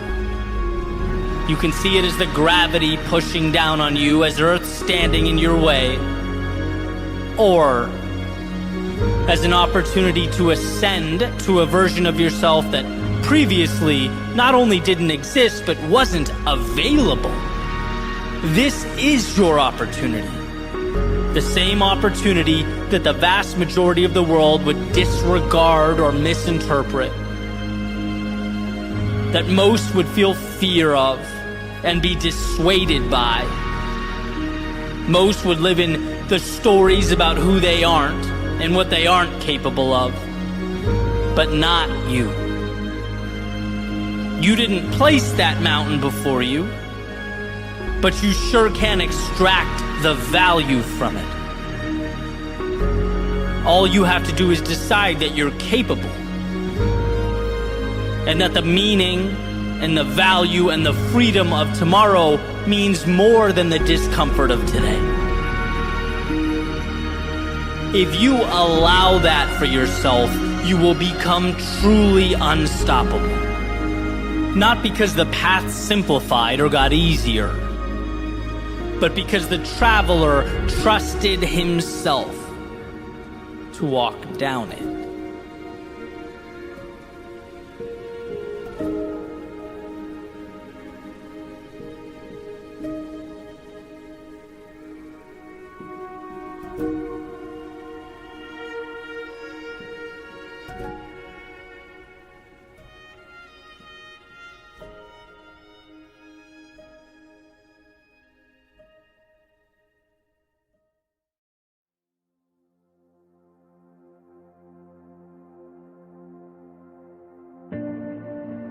The other day, I went to check out an open mic, and basically people sign up to share their short stories, their poetry, stuff like that. And I'm sitting there, soaking it all in, enjoying each one as they went up on stage. And eventually this girl makes her way up. The first thing she does is she tells the room, "Hey, I've never done this before, but I've always wanted to, so here I am." She takes out her phone, begins reading some of her poems. And pretty quickly, two things stuck out to me. One is she was brilliant. Like, just so incredibly talented that I'm thinking, man, if she keeps doing this, she's going to find herself in some crazy places. She's really going to make an impact. That was the first thing. And the second, as I sat there and watched, was that I noticed that her hands were visibly shaking. I was pretty close to this stage. And I could see this happening to the point where she had to place one on top of the other, right, to keep the hand that was holding her phone from bouncing around while she read. That's how visibly nervous she was. And immediately my mind went down this road, reflecting back on the moments I've had just like that, because, man, I've been there, where you're both determined and terrified at the same time, but somehow the desire to try outweighs the fear just enough for you to find yourself in that exact situation. Just enough that you step into a foreign world, still wondering whether you made the right move, every step of the way, from the car, the building, onto the stage, until you hit the point where, okay, well, now you can't turn back. Now you're here, you can't leave. And the thing is, and this is what was so beautiful to me, she was never forced to do this at gunpoint. No one made her step into that chaos. It was self-created. She could have stayed home. She could have closed her journal or the notes app on her phone, and that would have been the end of that. But no, not today. Today, one yes would lead to another, and another, and despite the nerves, the sweaty palms, and shaky hands, she would open a new chapter in the story of her life. Prove to herself that she's bolder than she thought she was just a few hours ago. That there's upside when you confront those unknowns in life. And as I sat and watched, I was so incredibly moved, so proud, so impressed. Partly because I know that to many of the people in that room, it might not have looked like much. You know, it's like, okay, great, round of applause for the new artist or poet. Welcome. But I knew the gravity of the moment. I understood how big it truly was. And regardless of what words came out of her mouth or how well they were assembled, that night was not about the performance. No, it was about new beginnings. It was about outstretched wings, opening one's eyes to the learned helplessness and pinpointing the opportunity that was simply waiting for that first step to occur. And see, that's what I want to emphasize. That's what I believe every single one of us needs to understand, to fully get. The biggest moves we make in life, well, it's easy to convince ourselves that they aren't necessary or worth it. The things that transform us hide themselves. A lot of the time, they don't feel urgent. They aren't life or death decisions. They can be the stages we never step on, the people we never talk to, the chances we never take. Because, well, what happens if we simply stay right where we are? Say thank you, but no thank you to those fleeting opportunities. Nothing. Nothing happens. More of the same. And realistically, nothing is far less scary than all that other stuff. We don't fear nothingness. We don't intrinsically fear more of the same. No, we fear stepping onto the stage. We fear vulnerability. We fear messing up, looking stupid, being judged. And yeah, when you do nothing, you get to skip all that, avoid all that discomfort and that potential pain. But you also miss the feeling of victory, of closing your eyes at night knowing how badly you wanted to just let that ship sail, how terrified you were about what could go wrong, but you did it anyway. You get to feel you have earned the rush of stepping into a chaotic world. And even if temporarily you tamed it, that's what life is about. Always remember that we have a natural proclivity to avoid pain, not to pursue the things that make us feel alive.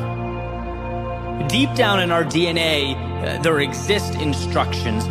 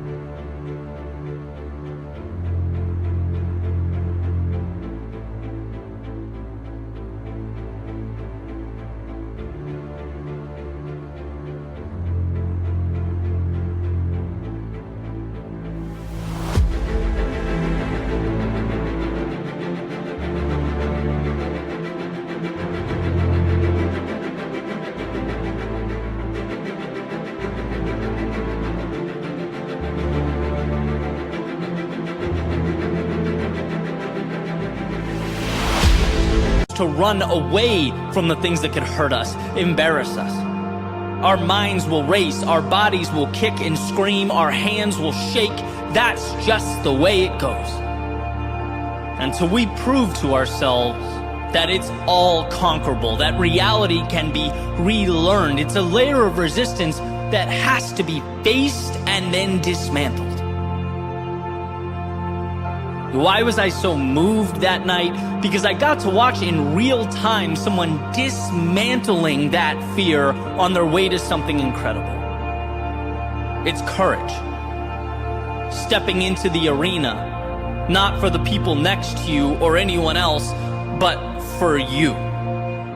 Because you know there's more.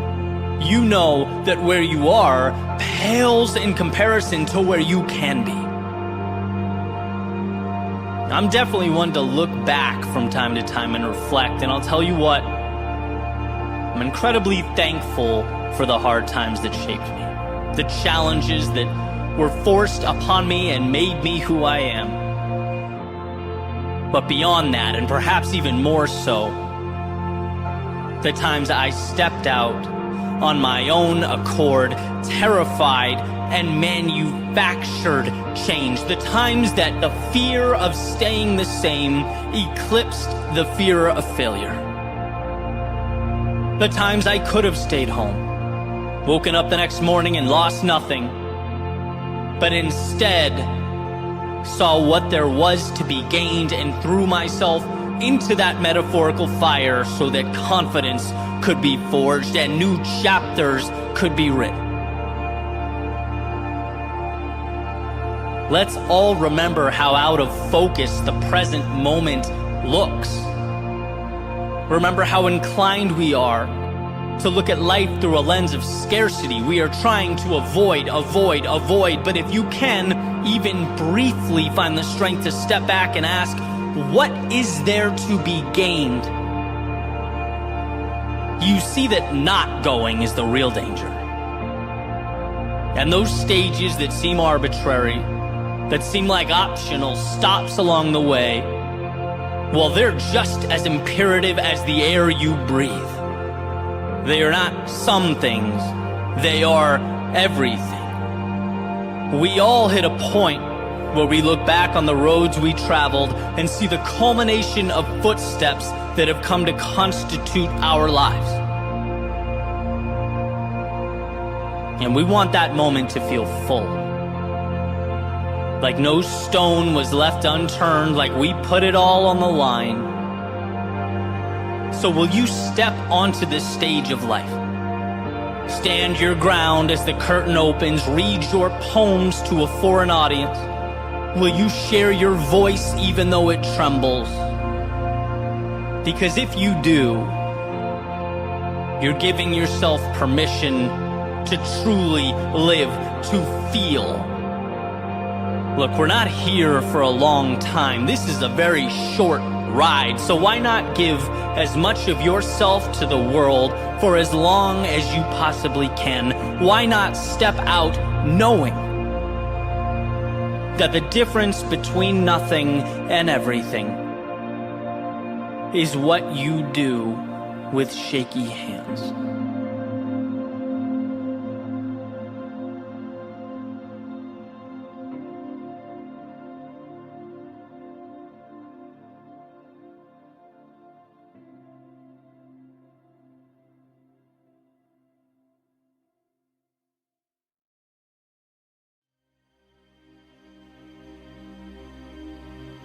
There's a saying that just because you spent a long time making a mistake doesn't mean you need to continue making it. There's an incredible advantage in life for those who can separate past and future, who can recognize sunk costs and walk away from the past, move on to new things. But here's the challenge, right? Like so many things, our instinct is to preserve. Yeah, but I've invested so many years. I've spent X amount of dollars and maybe I don't like where I'm at, but look how long it's taken me to get here. Well, here's the reality. That time is gone. That money is not coming back no matter what you do or what direction you take from here on out. There's no reason to think you have to maintain the same trajectory or hold on to a specific identity or pattern of behavior. Yesterday isn't the focal point here. The goal is simpler. What matters now, and how will you get there now? You've grown, you've evolved, you've changed, and your targets have shifted, so why shouldn't you? The idea of sunk costs is so important because it's essentially realizing that you're not indebted to the resources you've spent or exhausted. There's no need to be a slave to previous decisions that you've made. No, just chalk it up as an integral step in your learning process, an aspect of growth, and move forward to what matters, to what you care about. And if that seems obvious, I challenge you to think about the decisions you've made over the last year, and I guarantee you've let factors affect your decision-making that are irrelevant to your goals. Because we feel this camaraderie with yesterday, like there's a debt to be paid, but man, life is too short to run in place. If it's not pushing you forward, drop it. If it's not what you need, forget it. In other words, don't be one of those people that wakes up and makes the same mistake every single day because you've spent a long time making it. See, reality only exists in your head, and that's why it's beautiful. You can unlock the cell door and walk out. Don't lose sight of the greatest gift you have. The new beginning that lives in every second, where you can take a turn you've never taken before, remove the mask and play a role you've never played. Let that sense of excitement pull you to new things. Let go of what you can't change and pursue what you can. Forget the time spent. Think of now. Where can you invest now? Your surroundings didn't magically arrive. You chose them, and you can just as easily take that wheel and leave. Simple formula. What is best for you, and how do you get there? Not where you feel obligated to be or expected to be or pressured to be.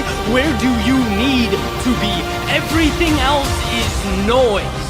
Everything else is a rope keeping your ship on shore, and you are not confined to that harbor or yesterday's destination. You're built to chase the horizon, follow your curiosity into the sunset.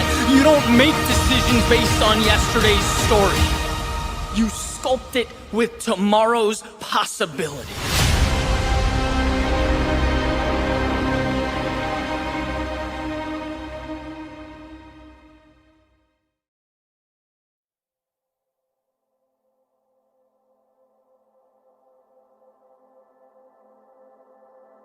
You don't have to know everything. In fact, you don't even need to know most things. But you do have to know that progress often calls for us to move forward without knowing. It asks that we're willing to learn along the way, to pick up the pieces as we walk by them. And that's a vulnerability that is sometimes tough to face, right? It's a nakedness that we never really shake. The idea that in order to grow, we have to leave the now, ill-prepared for tomorrow, but knowing that we have everything we need to make the transition. The losses become lessons, the failures become data points, the mistakes become our clarity. And until we understand this, there really isn't an upward trajectory. We place too much value on the known, the things we understand, the cyclical nature of a day-to-day that is, as much as life can be, predictable and determined. Characteristics that are actually antithetical to growth.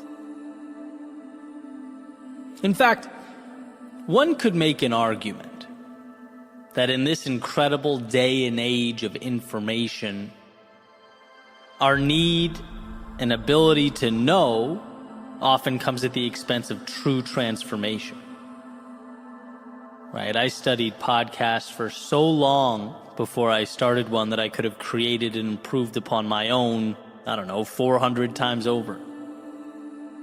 I had to find out who uses what, when to upload, how long the episode should be, and on and on. There are books and videos, there are classes and coaches. All of it wonderful, I'm sure, in its own way. But nothing so powerful as that university of experience, of life. The idea of the thinker and the doer. The thinker that absorbs and contemplates, weighs one option versus another and another. Exhausting time sufficient for the doer to fall on her face twice, pick up the pieces, make necessary changes, and be on her way. See, the information is out there. It exists and can be incredibly valuable, but simultaneously can contribute to us thinking our way into stagnation. A thing can only be what you make it. Right? Things provide the value you decide to extract from them. And I like using the example of water because it's simple. Water is necessary to sustain life. Without it, one cannot go on. Too much of it, however, can sink a ship or flood a building. Too much is disastrous. And you can, pretty much fill in the blank with anything else here to demonstrate that point. Life is a balance between not enough and too much, scarcity and excess. But my opinion is that now, with regard to information and technology, we exist on the too much side of the spectrum. I can't even remember the last time I was having a conversation about something I wasn't sure about without interrupting it to pull out my phone and Google the answer. Again, this has its positives. Knowledge is power, but to what extent? And I'm talking big picture here. This is about so much more than, picking up a phone to Google information. This is about never feeling like we're equipped enough to step into something new. Because we can always be obtaining more. And it's like, where do you draw that line? I now, because of the accessibility of information, find myself frequently staring like a deer in headlights.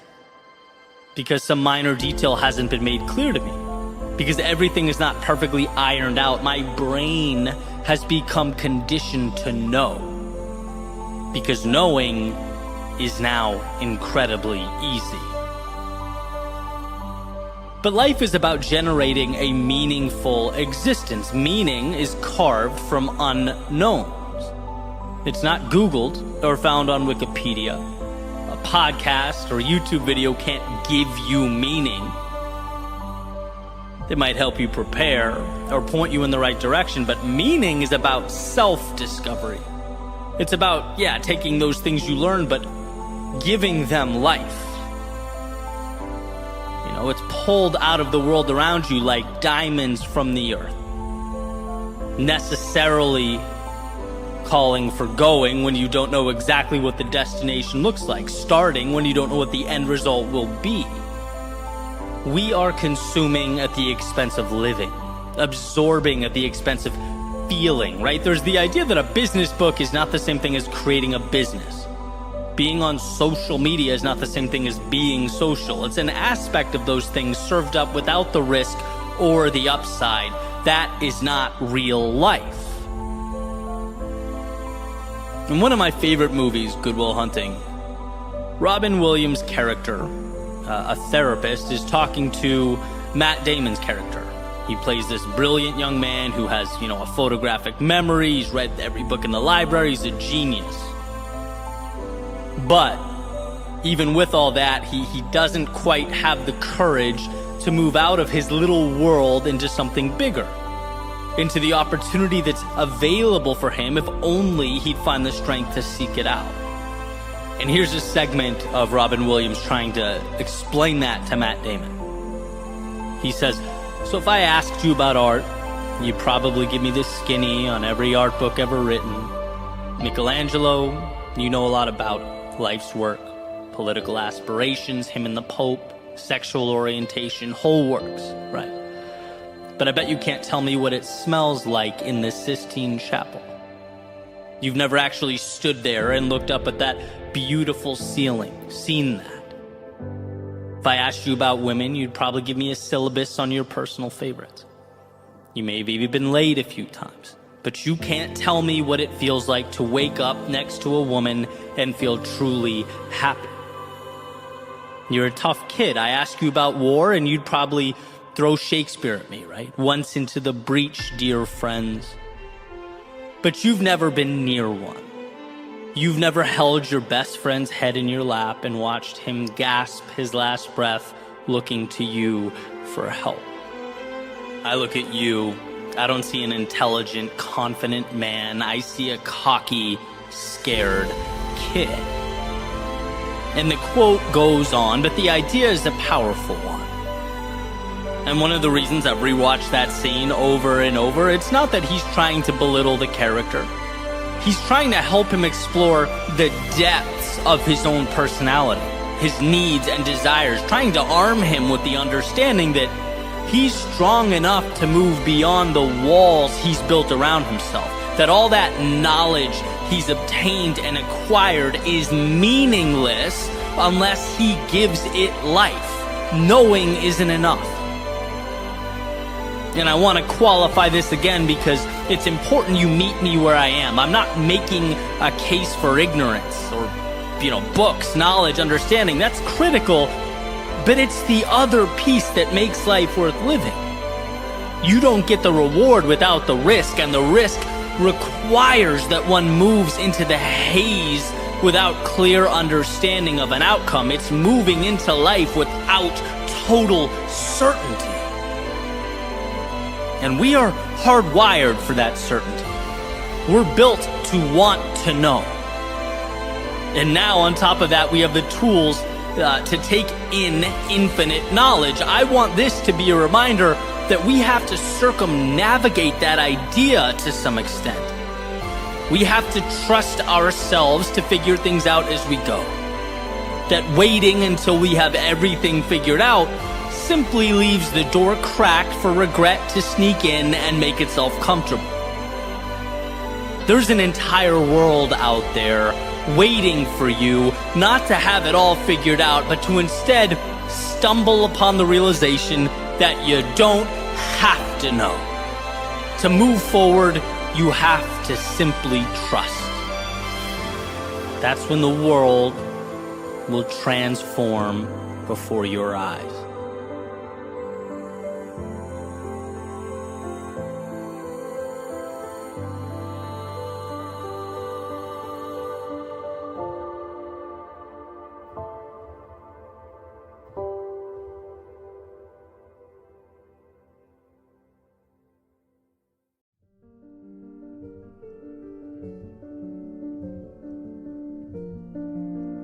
I want to share a theme with you that continuously reemerges in my life. And every time it does, I'm grateful. I'm a little bolder, a little wiser, a little more grounded. The idea is simple. It's creating a low barrier to entry. Let me explain what I mean. The other day I was on a call with Ashley, who is a brilliant member of the team here, and we're talking about social media. And as we're talking, I'm going on and on about the end state, how I think things should, in a perfect world, be with our platforms and the output. And it's important to note for this particular project, we're kind of on the ground floor, right? So in reality, I couldn't possibly know what the end state's going to be. There's a lot of epiphanies to be had. There's twists and turns that I couldn't possibly anticipate. I think it's great to have a North Star and a vision, obviously, but winning in the long run requires observation and reflection and adjustment and on and on. So as I'm speaking, she's listening, nodding her head, agreeing with the vision. But after some thought says, well, why don't we just start with what we have now, right? Keep the barrier of entry low so that there's less friction, and we can start seeing how, things evolve. And I thought that was just incredible, right? It's what I temporarily lost in the moment, for sure. You win by going and then evolving. So many would-be amazing pursuits were never started because, we make initiating them too complex. Same thing happened on another call that same day, right? I'm talking to Tyler, a business partner for another project coming around the corner.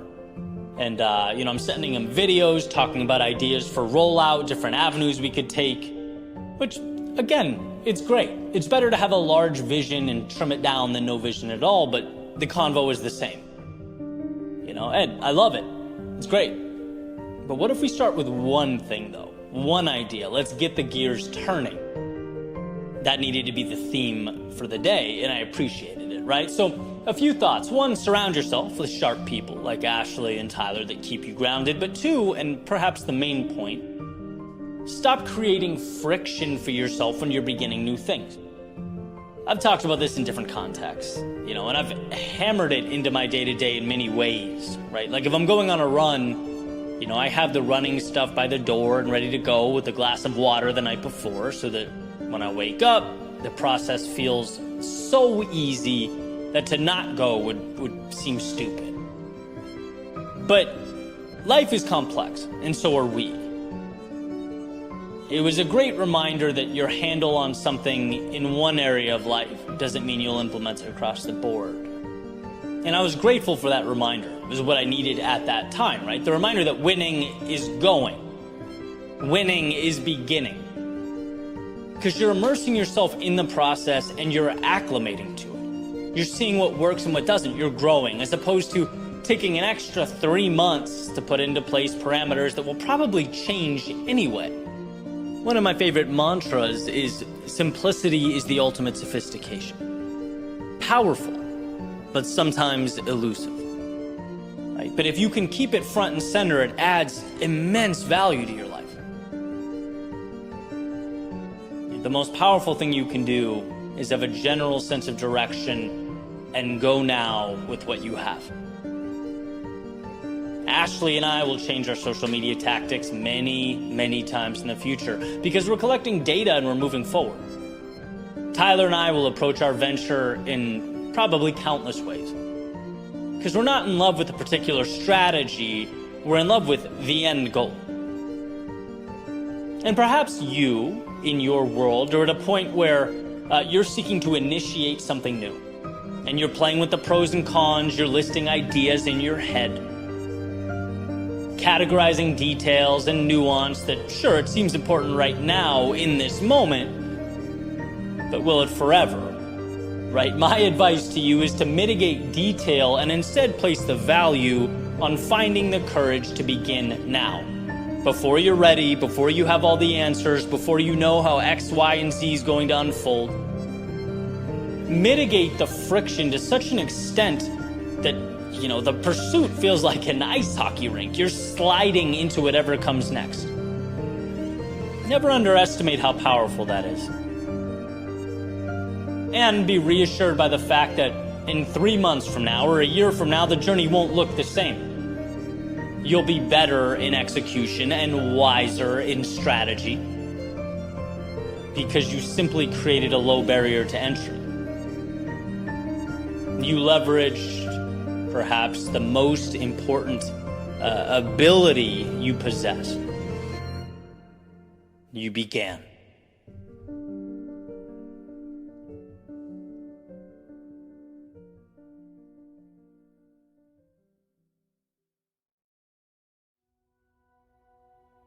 The other day, I was on a podcast with Evan Carmichael, who's a YouTuber and entrepreneur. And we were talking with Shaquille, who was the host, about the mental side of the entrepreneurial journey.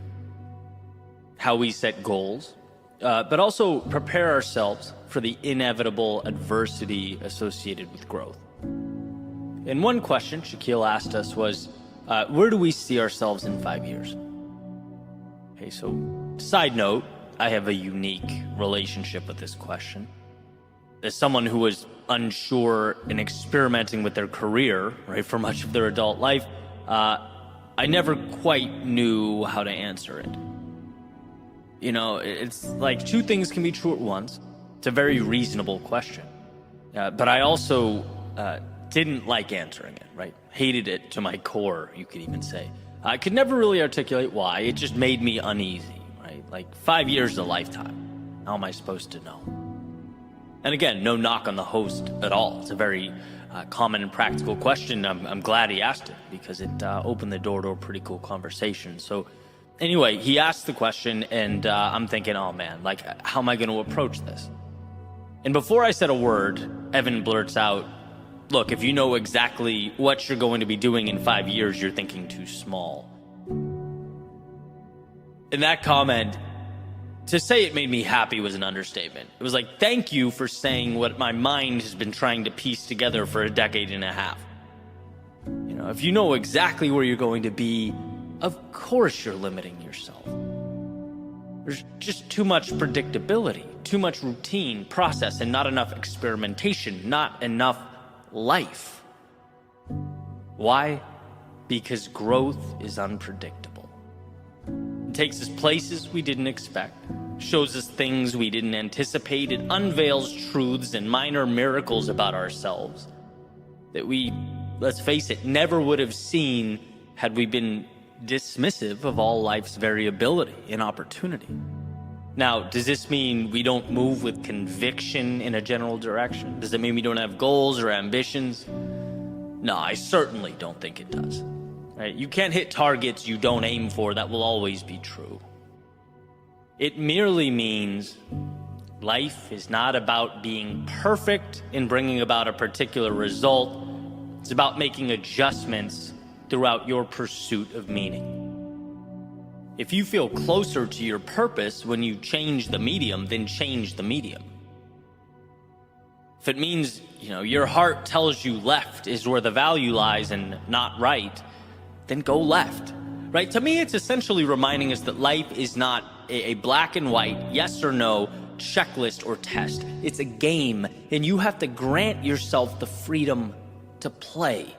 You have to give yourself permission to grow. I think about how much time 5 years is. And how 5 years ago, I wasn't even thinking about creating media the way I do now with the amazing team of people that helped me. I wasn't speaking on stages. I hadn't crafted my creative style. I didn't know the people I know now who introduced me to not only new people, but new ideas. These are characters, they're stories, they're opportunities that present themselves only as you immerse yourself in the journey. And I was okay not knowing exactly, but merely moving towards a general direction. The most important decisions were, looking back, not what I said yes to, but what I said no to. As I moved through life experimenting, learning, growing, I was able to craft something that worked for me. Not other people. Not what's in books. There's no roadmap. No, it's an experiment. And this is more of the reassurance I would have wanted during those years from an older version of myself. Like, it's okay to not know exactly where you'll be. Just promise yourself this. If it matters to you, you'll find a way to move to it, with it, towards it. And if it doesn't, then let it go. Surround yourself with people that lift you up. And if they don't, let them go. You'll hear a lot of talk about the right way to do things, especially in this information age. Those ideas and decisions may have in fact been right, but they also may be wrong for you. Try, test it out, and if not, let it go. The experiment that is your life is the reward. It's a luxury. It's such a beautiful ride. Don't box yourself in because of some made-up theoretical plan. Don't avoid the path to a new world because I checked my list and this doesn't line up with where I said I'll be February 23rd, 2028. Nah, go live your life. Do your best to exist in that place, the intersection of what you love and what adds value. Let it bend, let it transform, let it teach you things about yourself and the world. There aren't correct ways to live, but I think there certainly are some wrong ways. And that's time spent out of obligation, adhering to a story that means nothing to you. Push.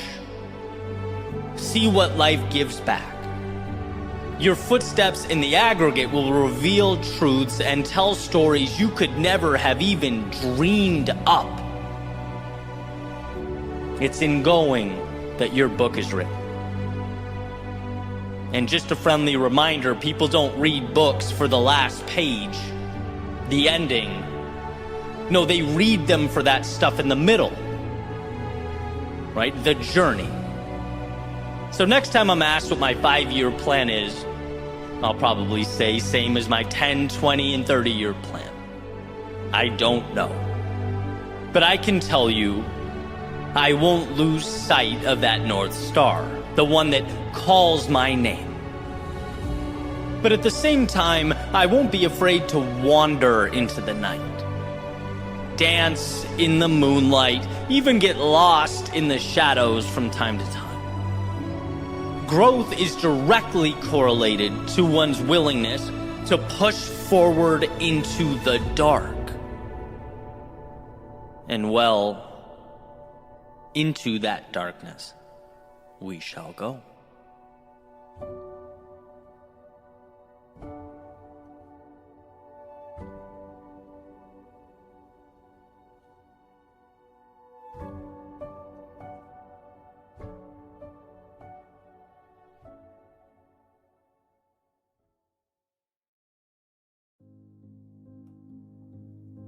What's the difference between paying a fee and paying a fine? The answer to this question may not be as small or insignificant as we're inclined to believe. I recently picked up the book, The Psychology of Money by Morgan Housel. It lays out some valuable concepts and ideas about investing and managing our finances, growing our wealth. But there's one idea that I wanted to share because, yeah, from an investing standpoint, it's important, critical even, but it's relevant to so much more. And I think an understanding of it will help us in many aspects of life. So first, let's start with the financial piece, and then we'll sort of grow the metaphor, right? Because Housel talks about how we should look at investing in the market. And one of the hardest things for us to deal with is the market's volatility. Right? It's difficult for us to invest our hard-earned money and then see the market go, let's say, for example, down 20%. Like seeing that huge dip in our investment, that's not fun, right? Everyone knows that. That can be nerve-wracking. And it dissuades a lot of people from investing or keeping their money in when they should. It ultimately keeps them from getting the returns available to them, right? But here's the point he makes. He says those people who see that volatility as a fee and not a fine are more inclined to win in the long term. Understanding that market returns are never free, they demand a price. And that price is the roller coaster ride that we all have to deal with. That is the market. It's the ups and downs and highs and lows. That volatility is the cost of admission. And if you understand that, you're more inclined to stay calm. Keep your long-term vision. You're more than likely to come out on top. On the other hand, if when that turbulence arrives, the sudden crashes, the ups and downs, and you see it as a fine, as this terrible thing that's happening to a punishment, you're more likely to act emotionally, to be reactive and make decisions that aren't in your best interest. To drive the point home, he mentions Disneyland, for example. The fee is $100. And people will gladly pay that fee because, they get that great experience with their family, their kids that they'll have for the rest of their lives. That $100 isn't a fine. It's not a punishment. It's an intentional, deliberate trade of one thing for another. And if you were to look at it as a fine, you'd never get to enjoy that experience. If you thought that $100 was a punishment, it just wouldn't be the same, right? And so why do I bring all this up? Because I'm a firm believer that the best things in life all come with that price, or a fee, as Housel states. But I also think we sometimes have a tendency to look at that cost, that very same cost of admission, as a fine, as a problem. When really, no, it's just trading some turbulence now for a reward a little bit down the road. Sometimes the right thing is the hard thing, the uncomfortable thing. With dividends, it will pay so long as we understand that it's opening the door to something greater. Leaving a situation you know is not good for you hurts, right? We've all been there, we all know this in some capacity. But it's not a punishment, or even a bad thing, right? That discomfort associated with walking away is a fee that will enable you to live a more aligned life in the very near future. Or let's say you're building something meaningful, something you care deeply about, but it's just you and the idea. There is no validation, certainly no external reward, not yet, and continuing forward in those moments is hard. It's taxing, emotionally draining even. But this feeling, again, isn't a punishment. It's not a fine. It's the fee. It's the cost of admission to bring something into life that wasn't there. Life's greatest moments are expensive. It's just, are you going to pay the fee to bring it about, or the cost of regret at a different time? And you get the point, right? You can take this and apply it to so many things. Falling down, criticism, feeling lost, having to start from the bottom. These things are not fines, they are fees. They are price tags. And so often, the initial price is a bargain compared to what we'll get back. We just need to stop perceiving their mere existence as the world working against us. No, these are opportunities in disguise. It's easy to walk by the important things, to dismiss the uncomfortable things. The harsh truth is that our greatest opportunities are often intertwined in our distress. That's why so many people walk away from the things that will make their lives better. That's why so many people pull their money from the market when it takes a dive. So many people walk away from a project or idea when things get challenging. Or conversely, it's why so many people do nothing at all. They stay in situations they aren't happy with and know they need to change because the fee to get from point A to point B feels too steep. But I think the value is in comparing the discomfort, the cost, the fee to what it's going to bring you down the road, because often it's a bargain. We need to remember that what it will ultimately provide has life-changing potential. Understand that resistance is not a fine. It is not the world telling you no. It's life asking you, hey, do you really want this?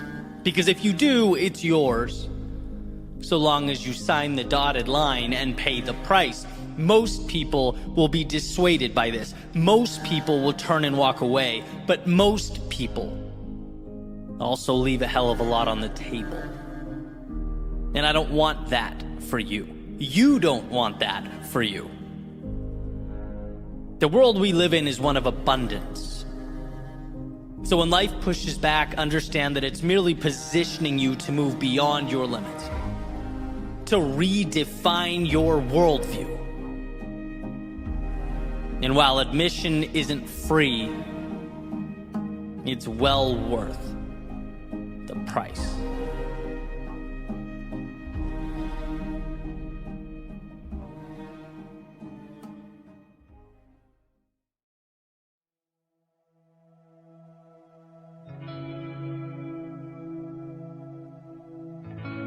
You have to see it before they do.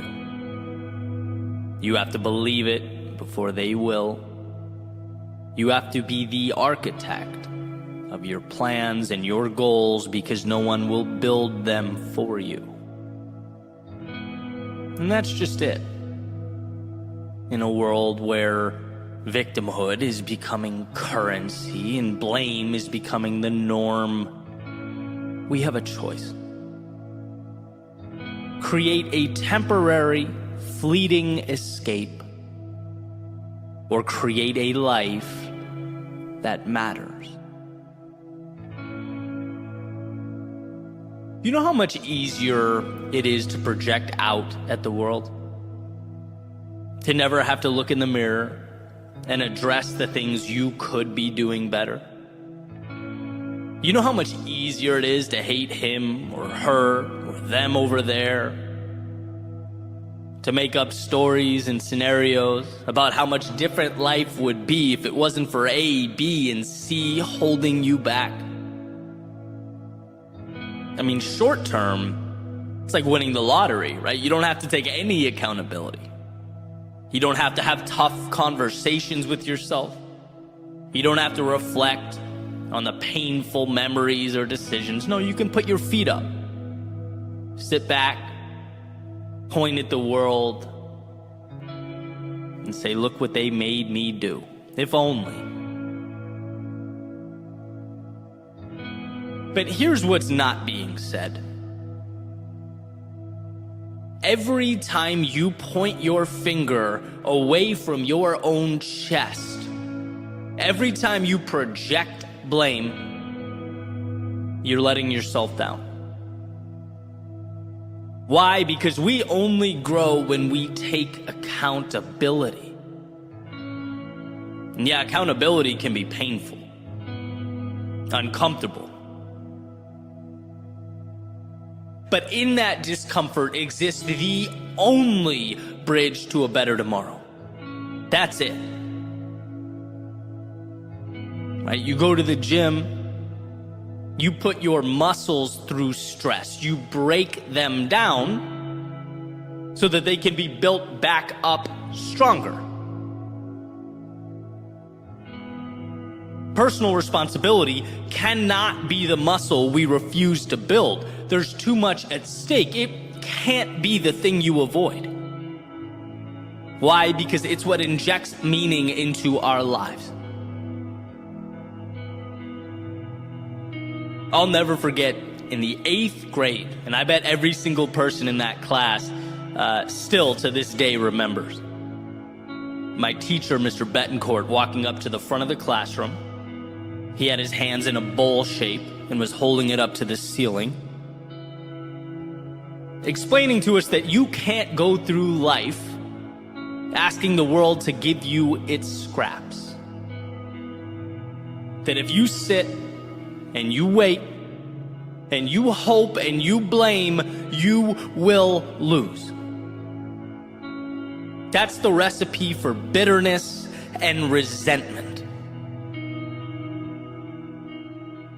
Think of it like a fork in the road, right, where our two options are vastly different. You go left at the fork, and you enter a world of escapism, refusing to confront your problems, finding reasons you can't do that which you know you need to do, hating others, those who have built, grown, or created themselves. Or you go right at the fork. You learn to do the hard thing, to humble yourself, to take control of your life and your world. When things aren't the way you want them to be, you look around and you immediately ask, things outside of my control may have brought me here, but what can I do to fix it?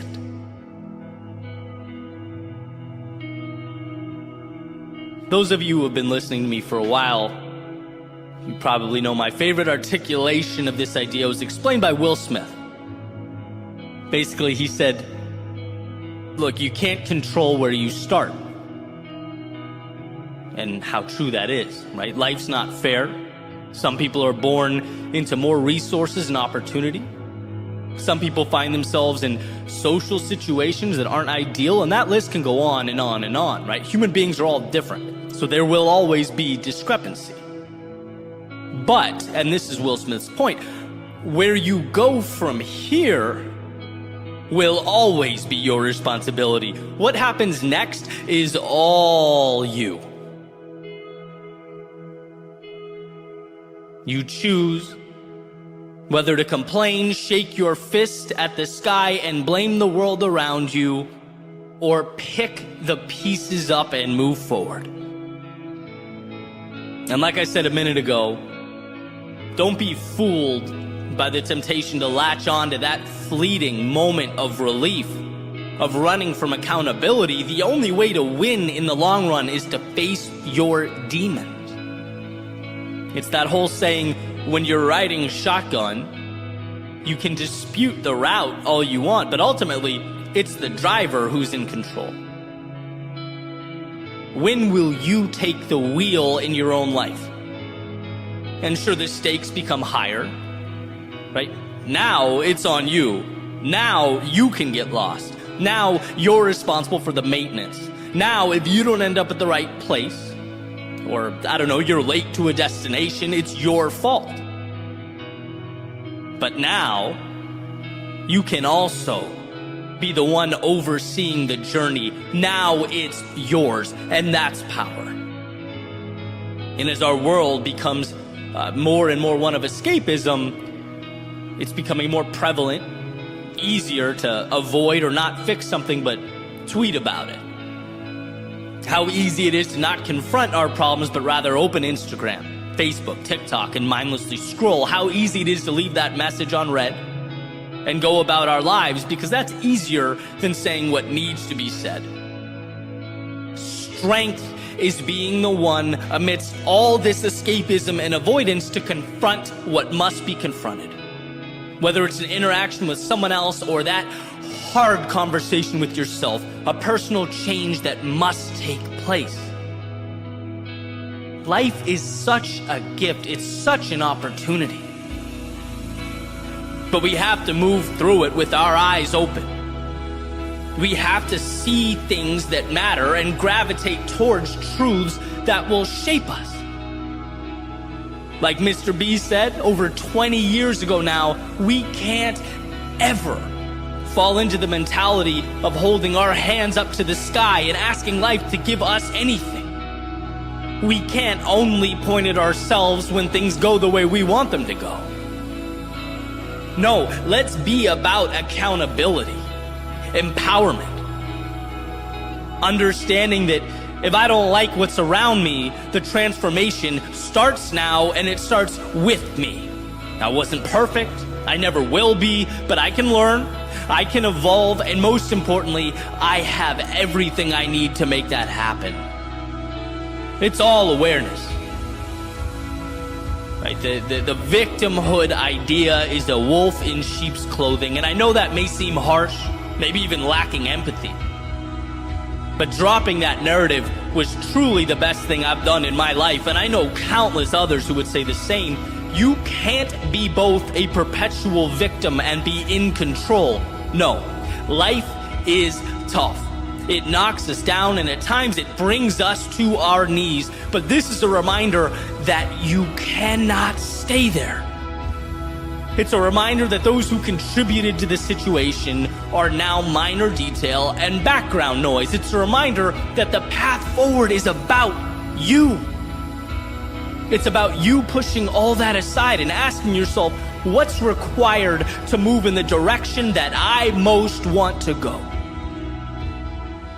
Because you are that powerful.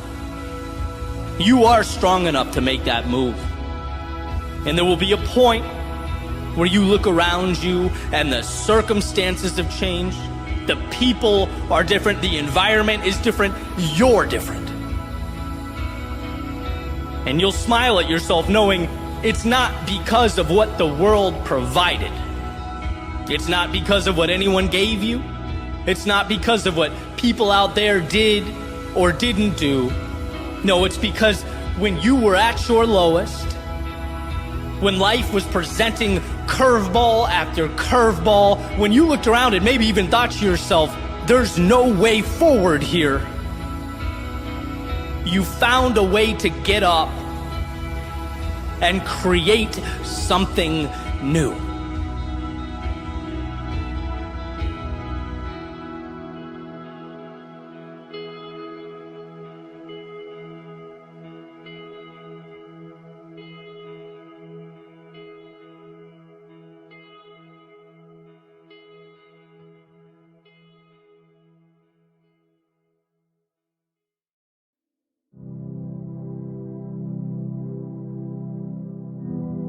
I was running over the weekend, middle of the day, right under that smoldering South Florida sun.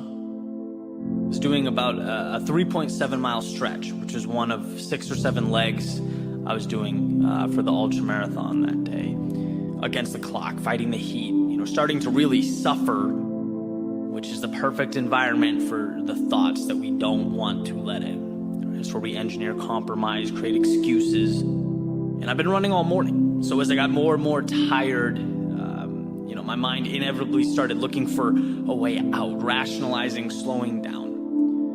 And I think everyone's been there, right, in one way or another. And after wrestling with this for about a mile, I came to a realization.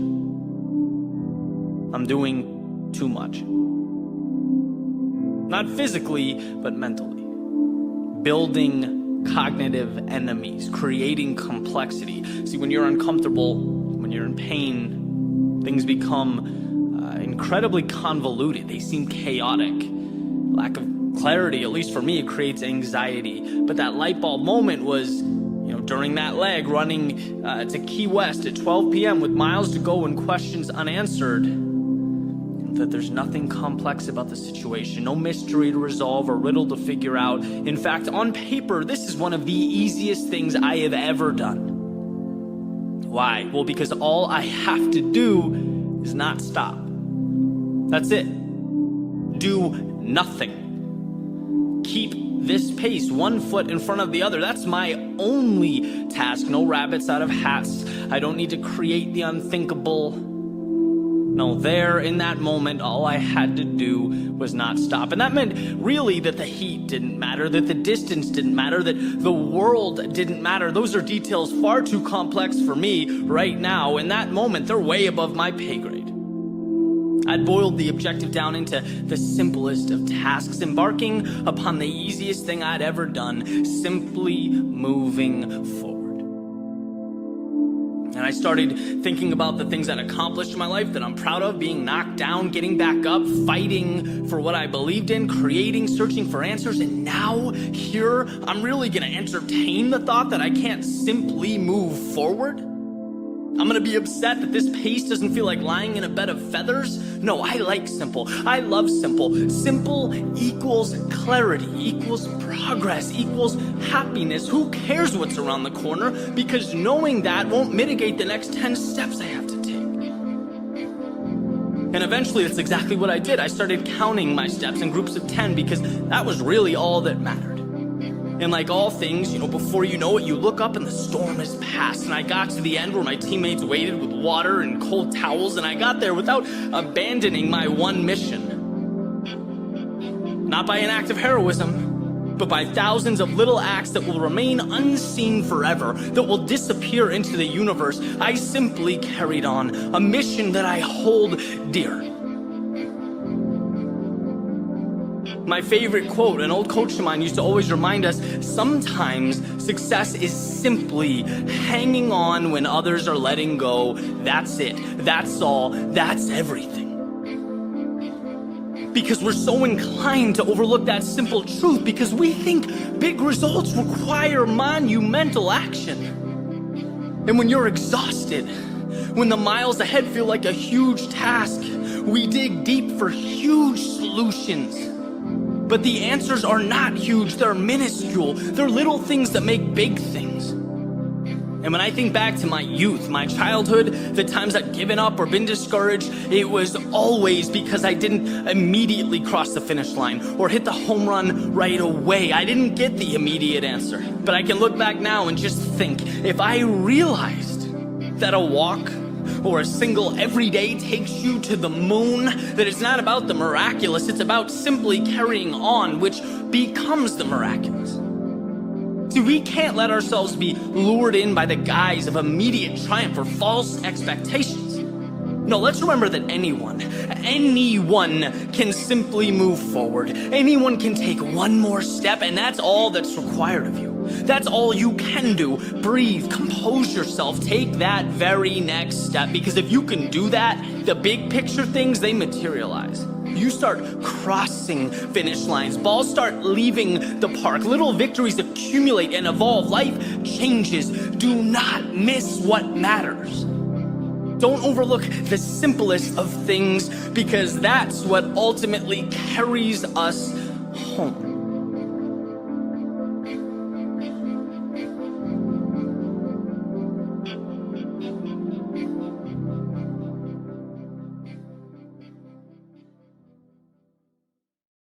Today, we're going to talk about keeping your head in the clouds and your feet on the ground, simultaneously managing the big picture and the small stuff. Non-stop belief that things will work, that there's an answer, that you're ultimately going to get there, and that you won't quit until you do, while also being brutally honest with the facts on the floor, the reality around you. A lot of times, I think there's a tendency to conflate positivity with a detachment from reality. But they're very different things. You need them both for success to unfold. You need the big picture, and you need the minutia, the steps, the little things that add up over time. In the book Good to Great, Jim Collins calls this the Stockdale principle, where Admiral Stockdale, I think at the time Commander Stockdale, was shot down during Vietnam. He was prisoner of war for over 7 years in Vietnam, and it was just obviously a brutal experience.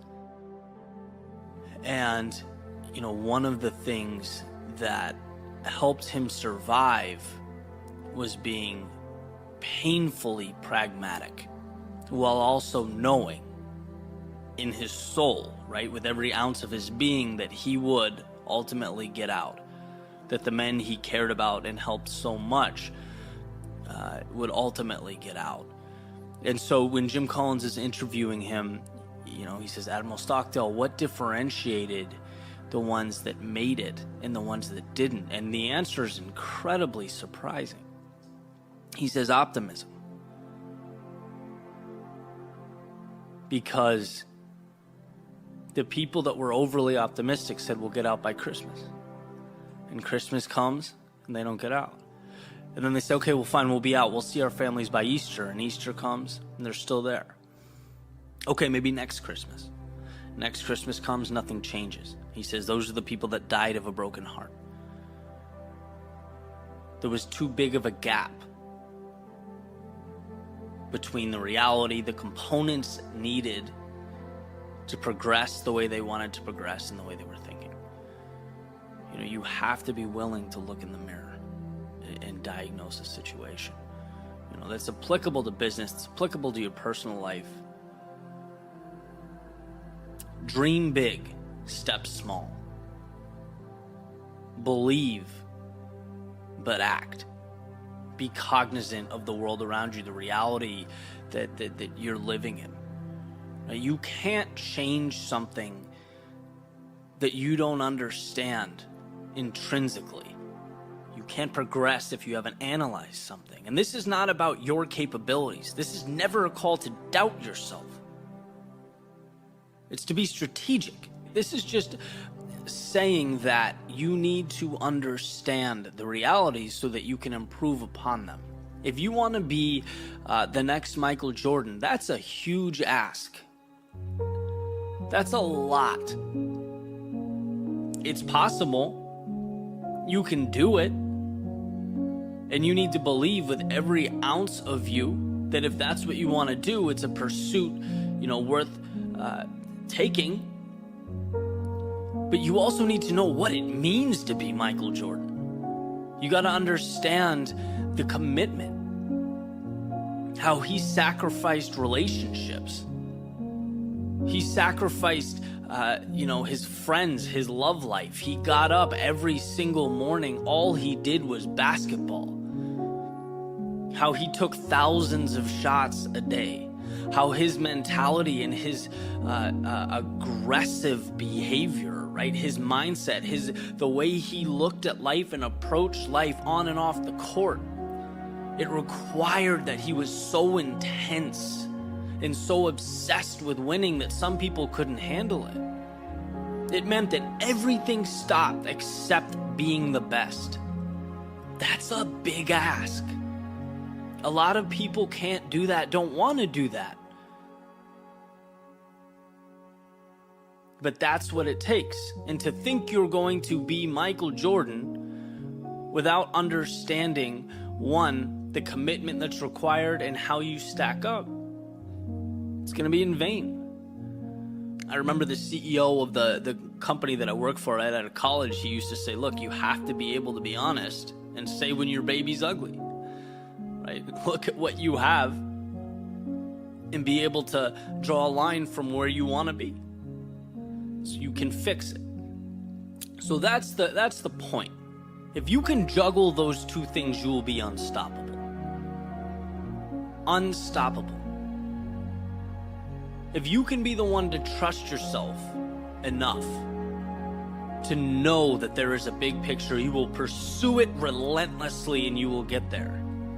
If you can take that and you can marry it to the little things, right, to the awareness, to promising yourself that you will continue to analyze, assess, and do what needs to happen on the ground, that you will be realistic, you will be pragmatic. When things fail, you won't sugarcoat it.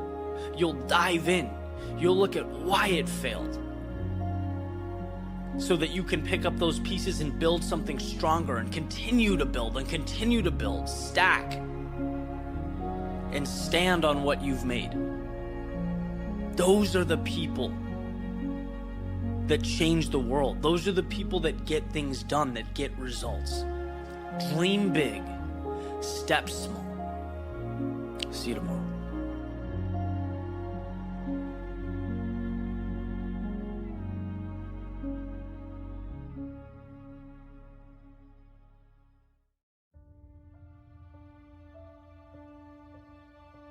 What is failure? Perhaps when the plan falls apart.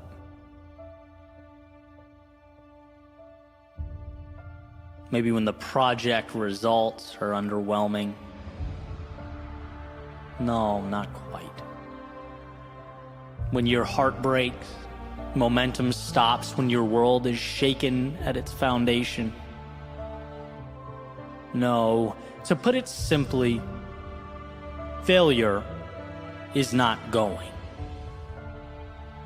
Failure is the plan never falling apart because you were too scared to make one.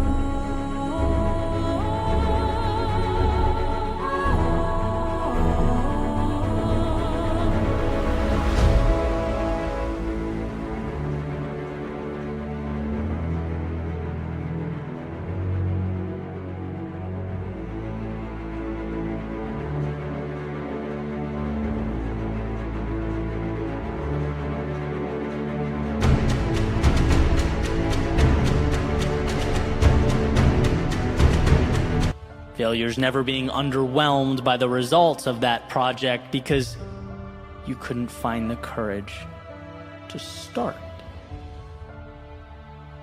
Failure is no heartbreak, no setbacks, no challenge to your worldview because you stood still. I see life's disappointing occurrences as a sort of transaction.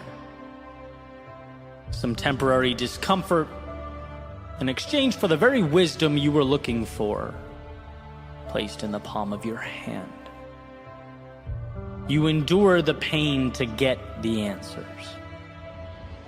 You accept chaos today in exchange for the map that enables you to navigate the terrain. How can something be a failure if it places you right where you need to be? How can something be a failure if it brings you closer to the life you dream of?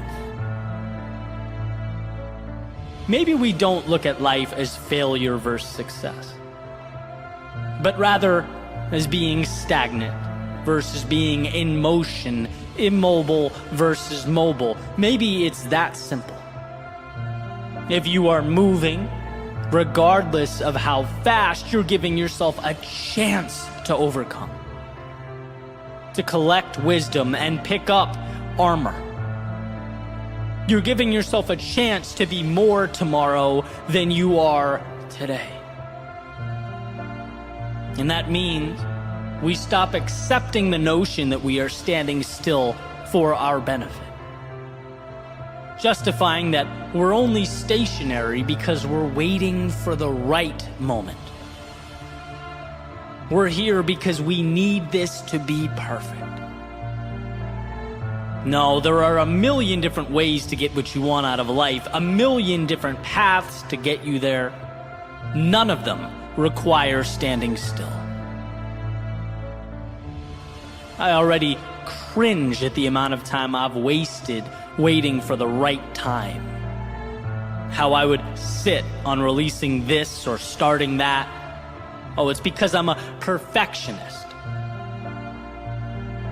Only to learn that perfectionism is really just fear in disguise. You can sit there and wait and refine and refine and refine. But I'll tell you what, the one who moves, who creates, shares, collects feedback, adjusts, and repeats will have achieved that level of quote-unquote perfection before you feel prepared to acknowledge and share your prototype. It was simply by going that evolution took place. And it took me a long time to grasp this, to understand it, and a part of me didn't want to believe it, because I found it inherently uncomfortable. But life rewards the bold. It always has and always will, calling for a sort of calculated recklessness. Great things are achieved by doers who can put their egos aside and let the world humble them on their way to the next attempt. In Ron Chernow's biography on Washington, one of the common themes, which I believe made Washington one of the most influential people in the history of mankind, was his ability to think, analyze, seek out the opinions of people around him, and then, once decided that was that, he was all in. The rubber had met the road. This was now the way. And I find power in that, as overthinking is so often our undoing, right? Weighing out worst case scenarios, contingency plans, this versus that. When progress requires that we spend a little bit of time deciding which general direction we go, but most importantly, that we start. And I think we've all been guilty of this. Overanalyzing, over-planning. But just like a sailor can't predict the winds, we can't predict all life's variables. Again, it's deciding on a general direction and then trusting ourselves to navigate life's obstacles as they arise. It's finding trends and patterns along the way and doing our best to utilize them as we move forward. There will be points where the road ahead seems overwhelming, the obstacles too abundant to make sense of, where the mind compels you to stay where you are and stare out in awe. It will suggest that what's behind you is safer, that the world you know contains fewer monsters than the world you don't. It might even convince you that whatever ambitions you had weren't really that important, that you could easily live without them. And the longer you stand there, the longer you listen to that voice, the louder it gets. You dismiss it with every step forward. Your momentum is a dagger through the heart of any doubt that once tried to occupy the precious real estate behind your eyes. You don't have to outthink it, outsmart it. You just have to move forward. And what you find is that the mountains you once peered up at weren't all that they seem. A culmination of little hills that can be climbed, manageable rocks that in actuality can be used to propel yourself up the mountainside. There was never a perfect path up. No magic transport to the summit. You might even think to yourself, what a shame that so many are still on the sidelines, waiting to devise their perfect approach, making plans and drawing maps. But that's not how any of this works. To win, you go. To make progress, you move. Knowing full well that you'll find your dead ends. You'll spend time and exhaust energy going down certain paths that don't ultimately lead you where you wanted to go. But what a gift, the ability to reverse course and take the right at the fork instead of the erroneous left you previously took. Your errors are not permanent. Your errors are correctable. Stagnation is what's permanent. Wishing is permanent. Someday is permanent. But right now, that's pure value. So next time you find yourself looking out, as we all do, remind yourself that there are many ways to transform your reality for the better. Many paths to the mountaintop, but there is only one way to assure you never get there, and that is standing still. So trust yourself to figure life out as it comes, to take the pain and extract from it wisdom, to find the strength beyond the uncertainty. Life is giving you everything that is required. Not some things or a few things, everything. All it asks of you is that you dismantle the delusion of perfection and begin.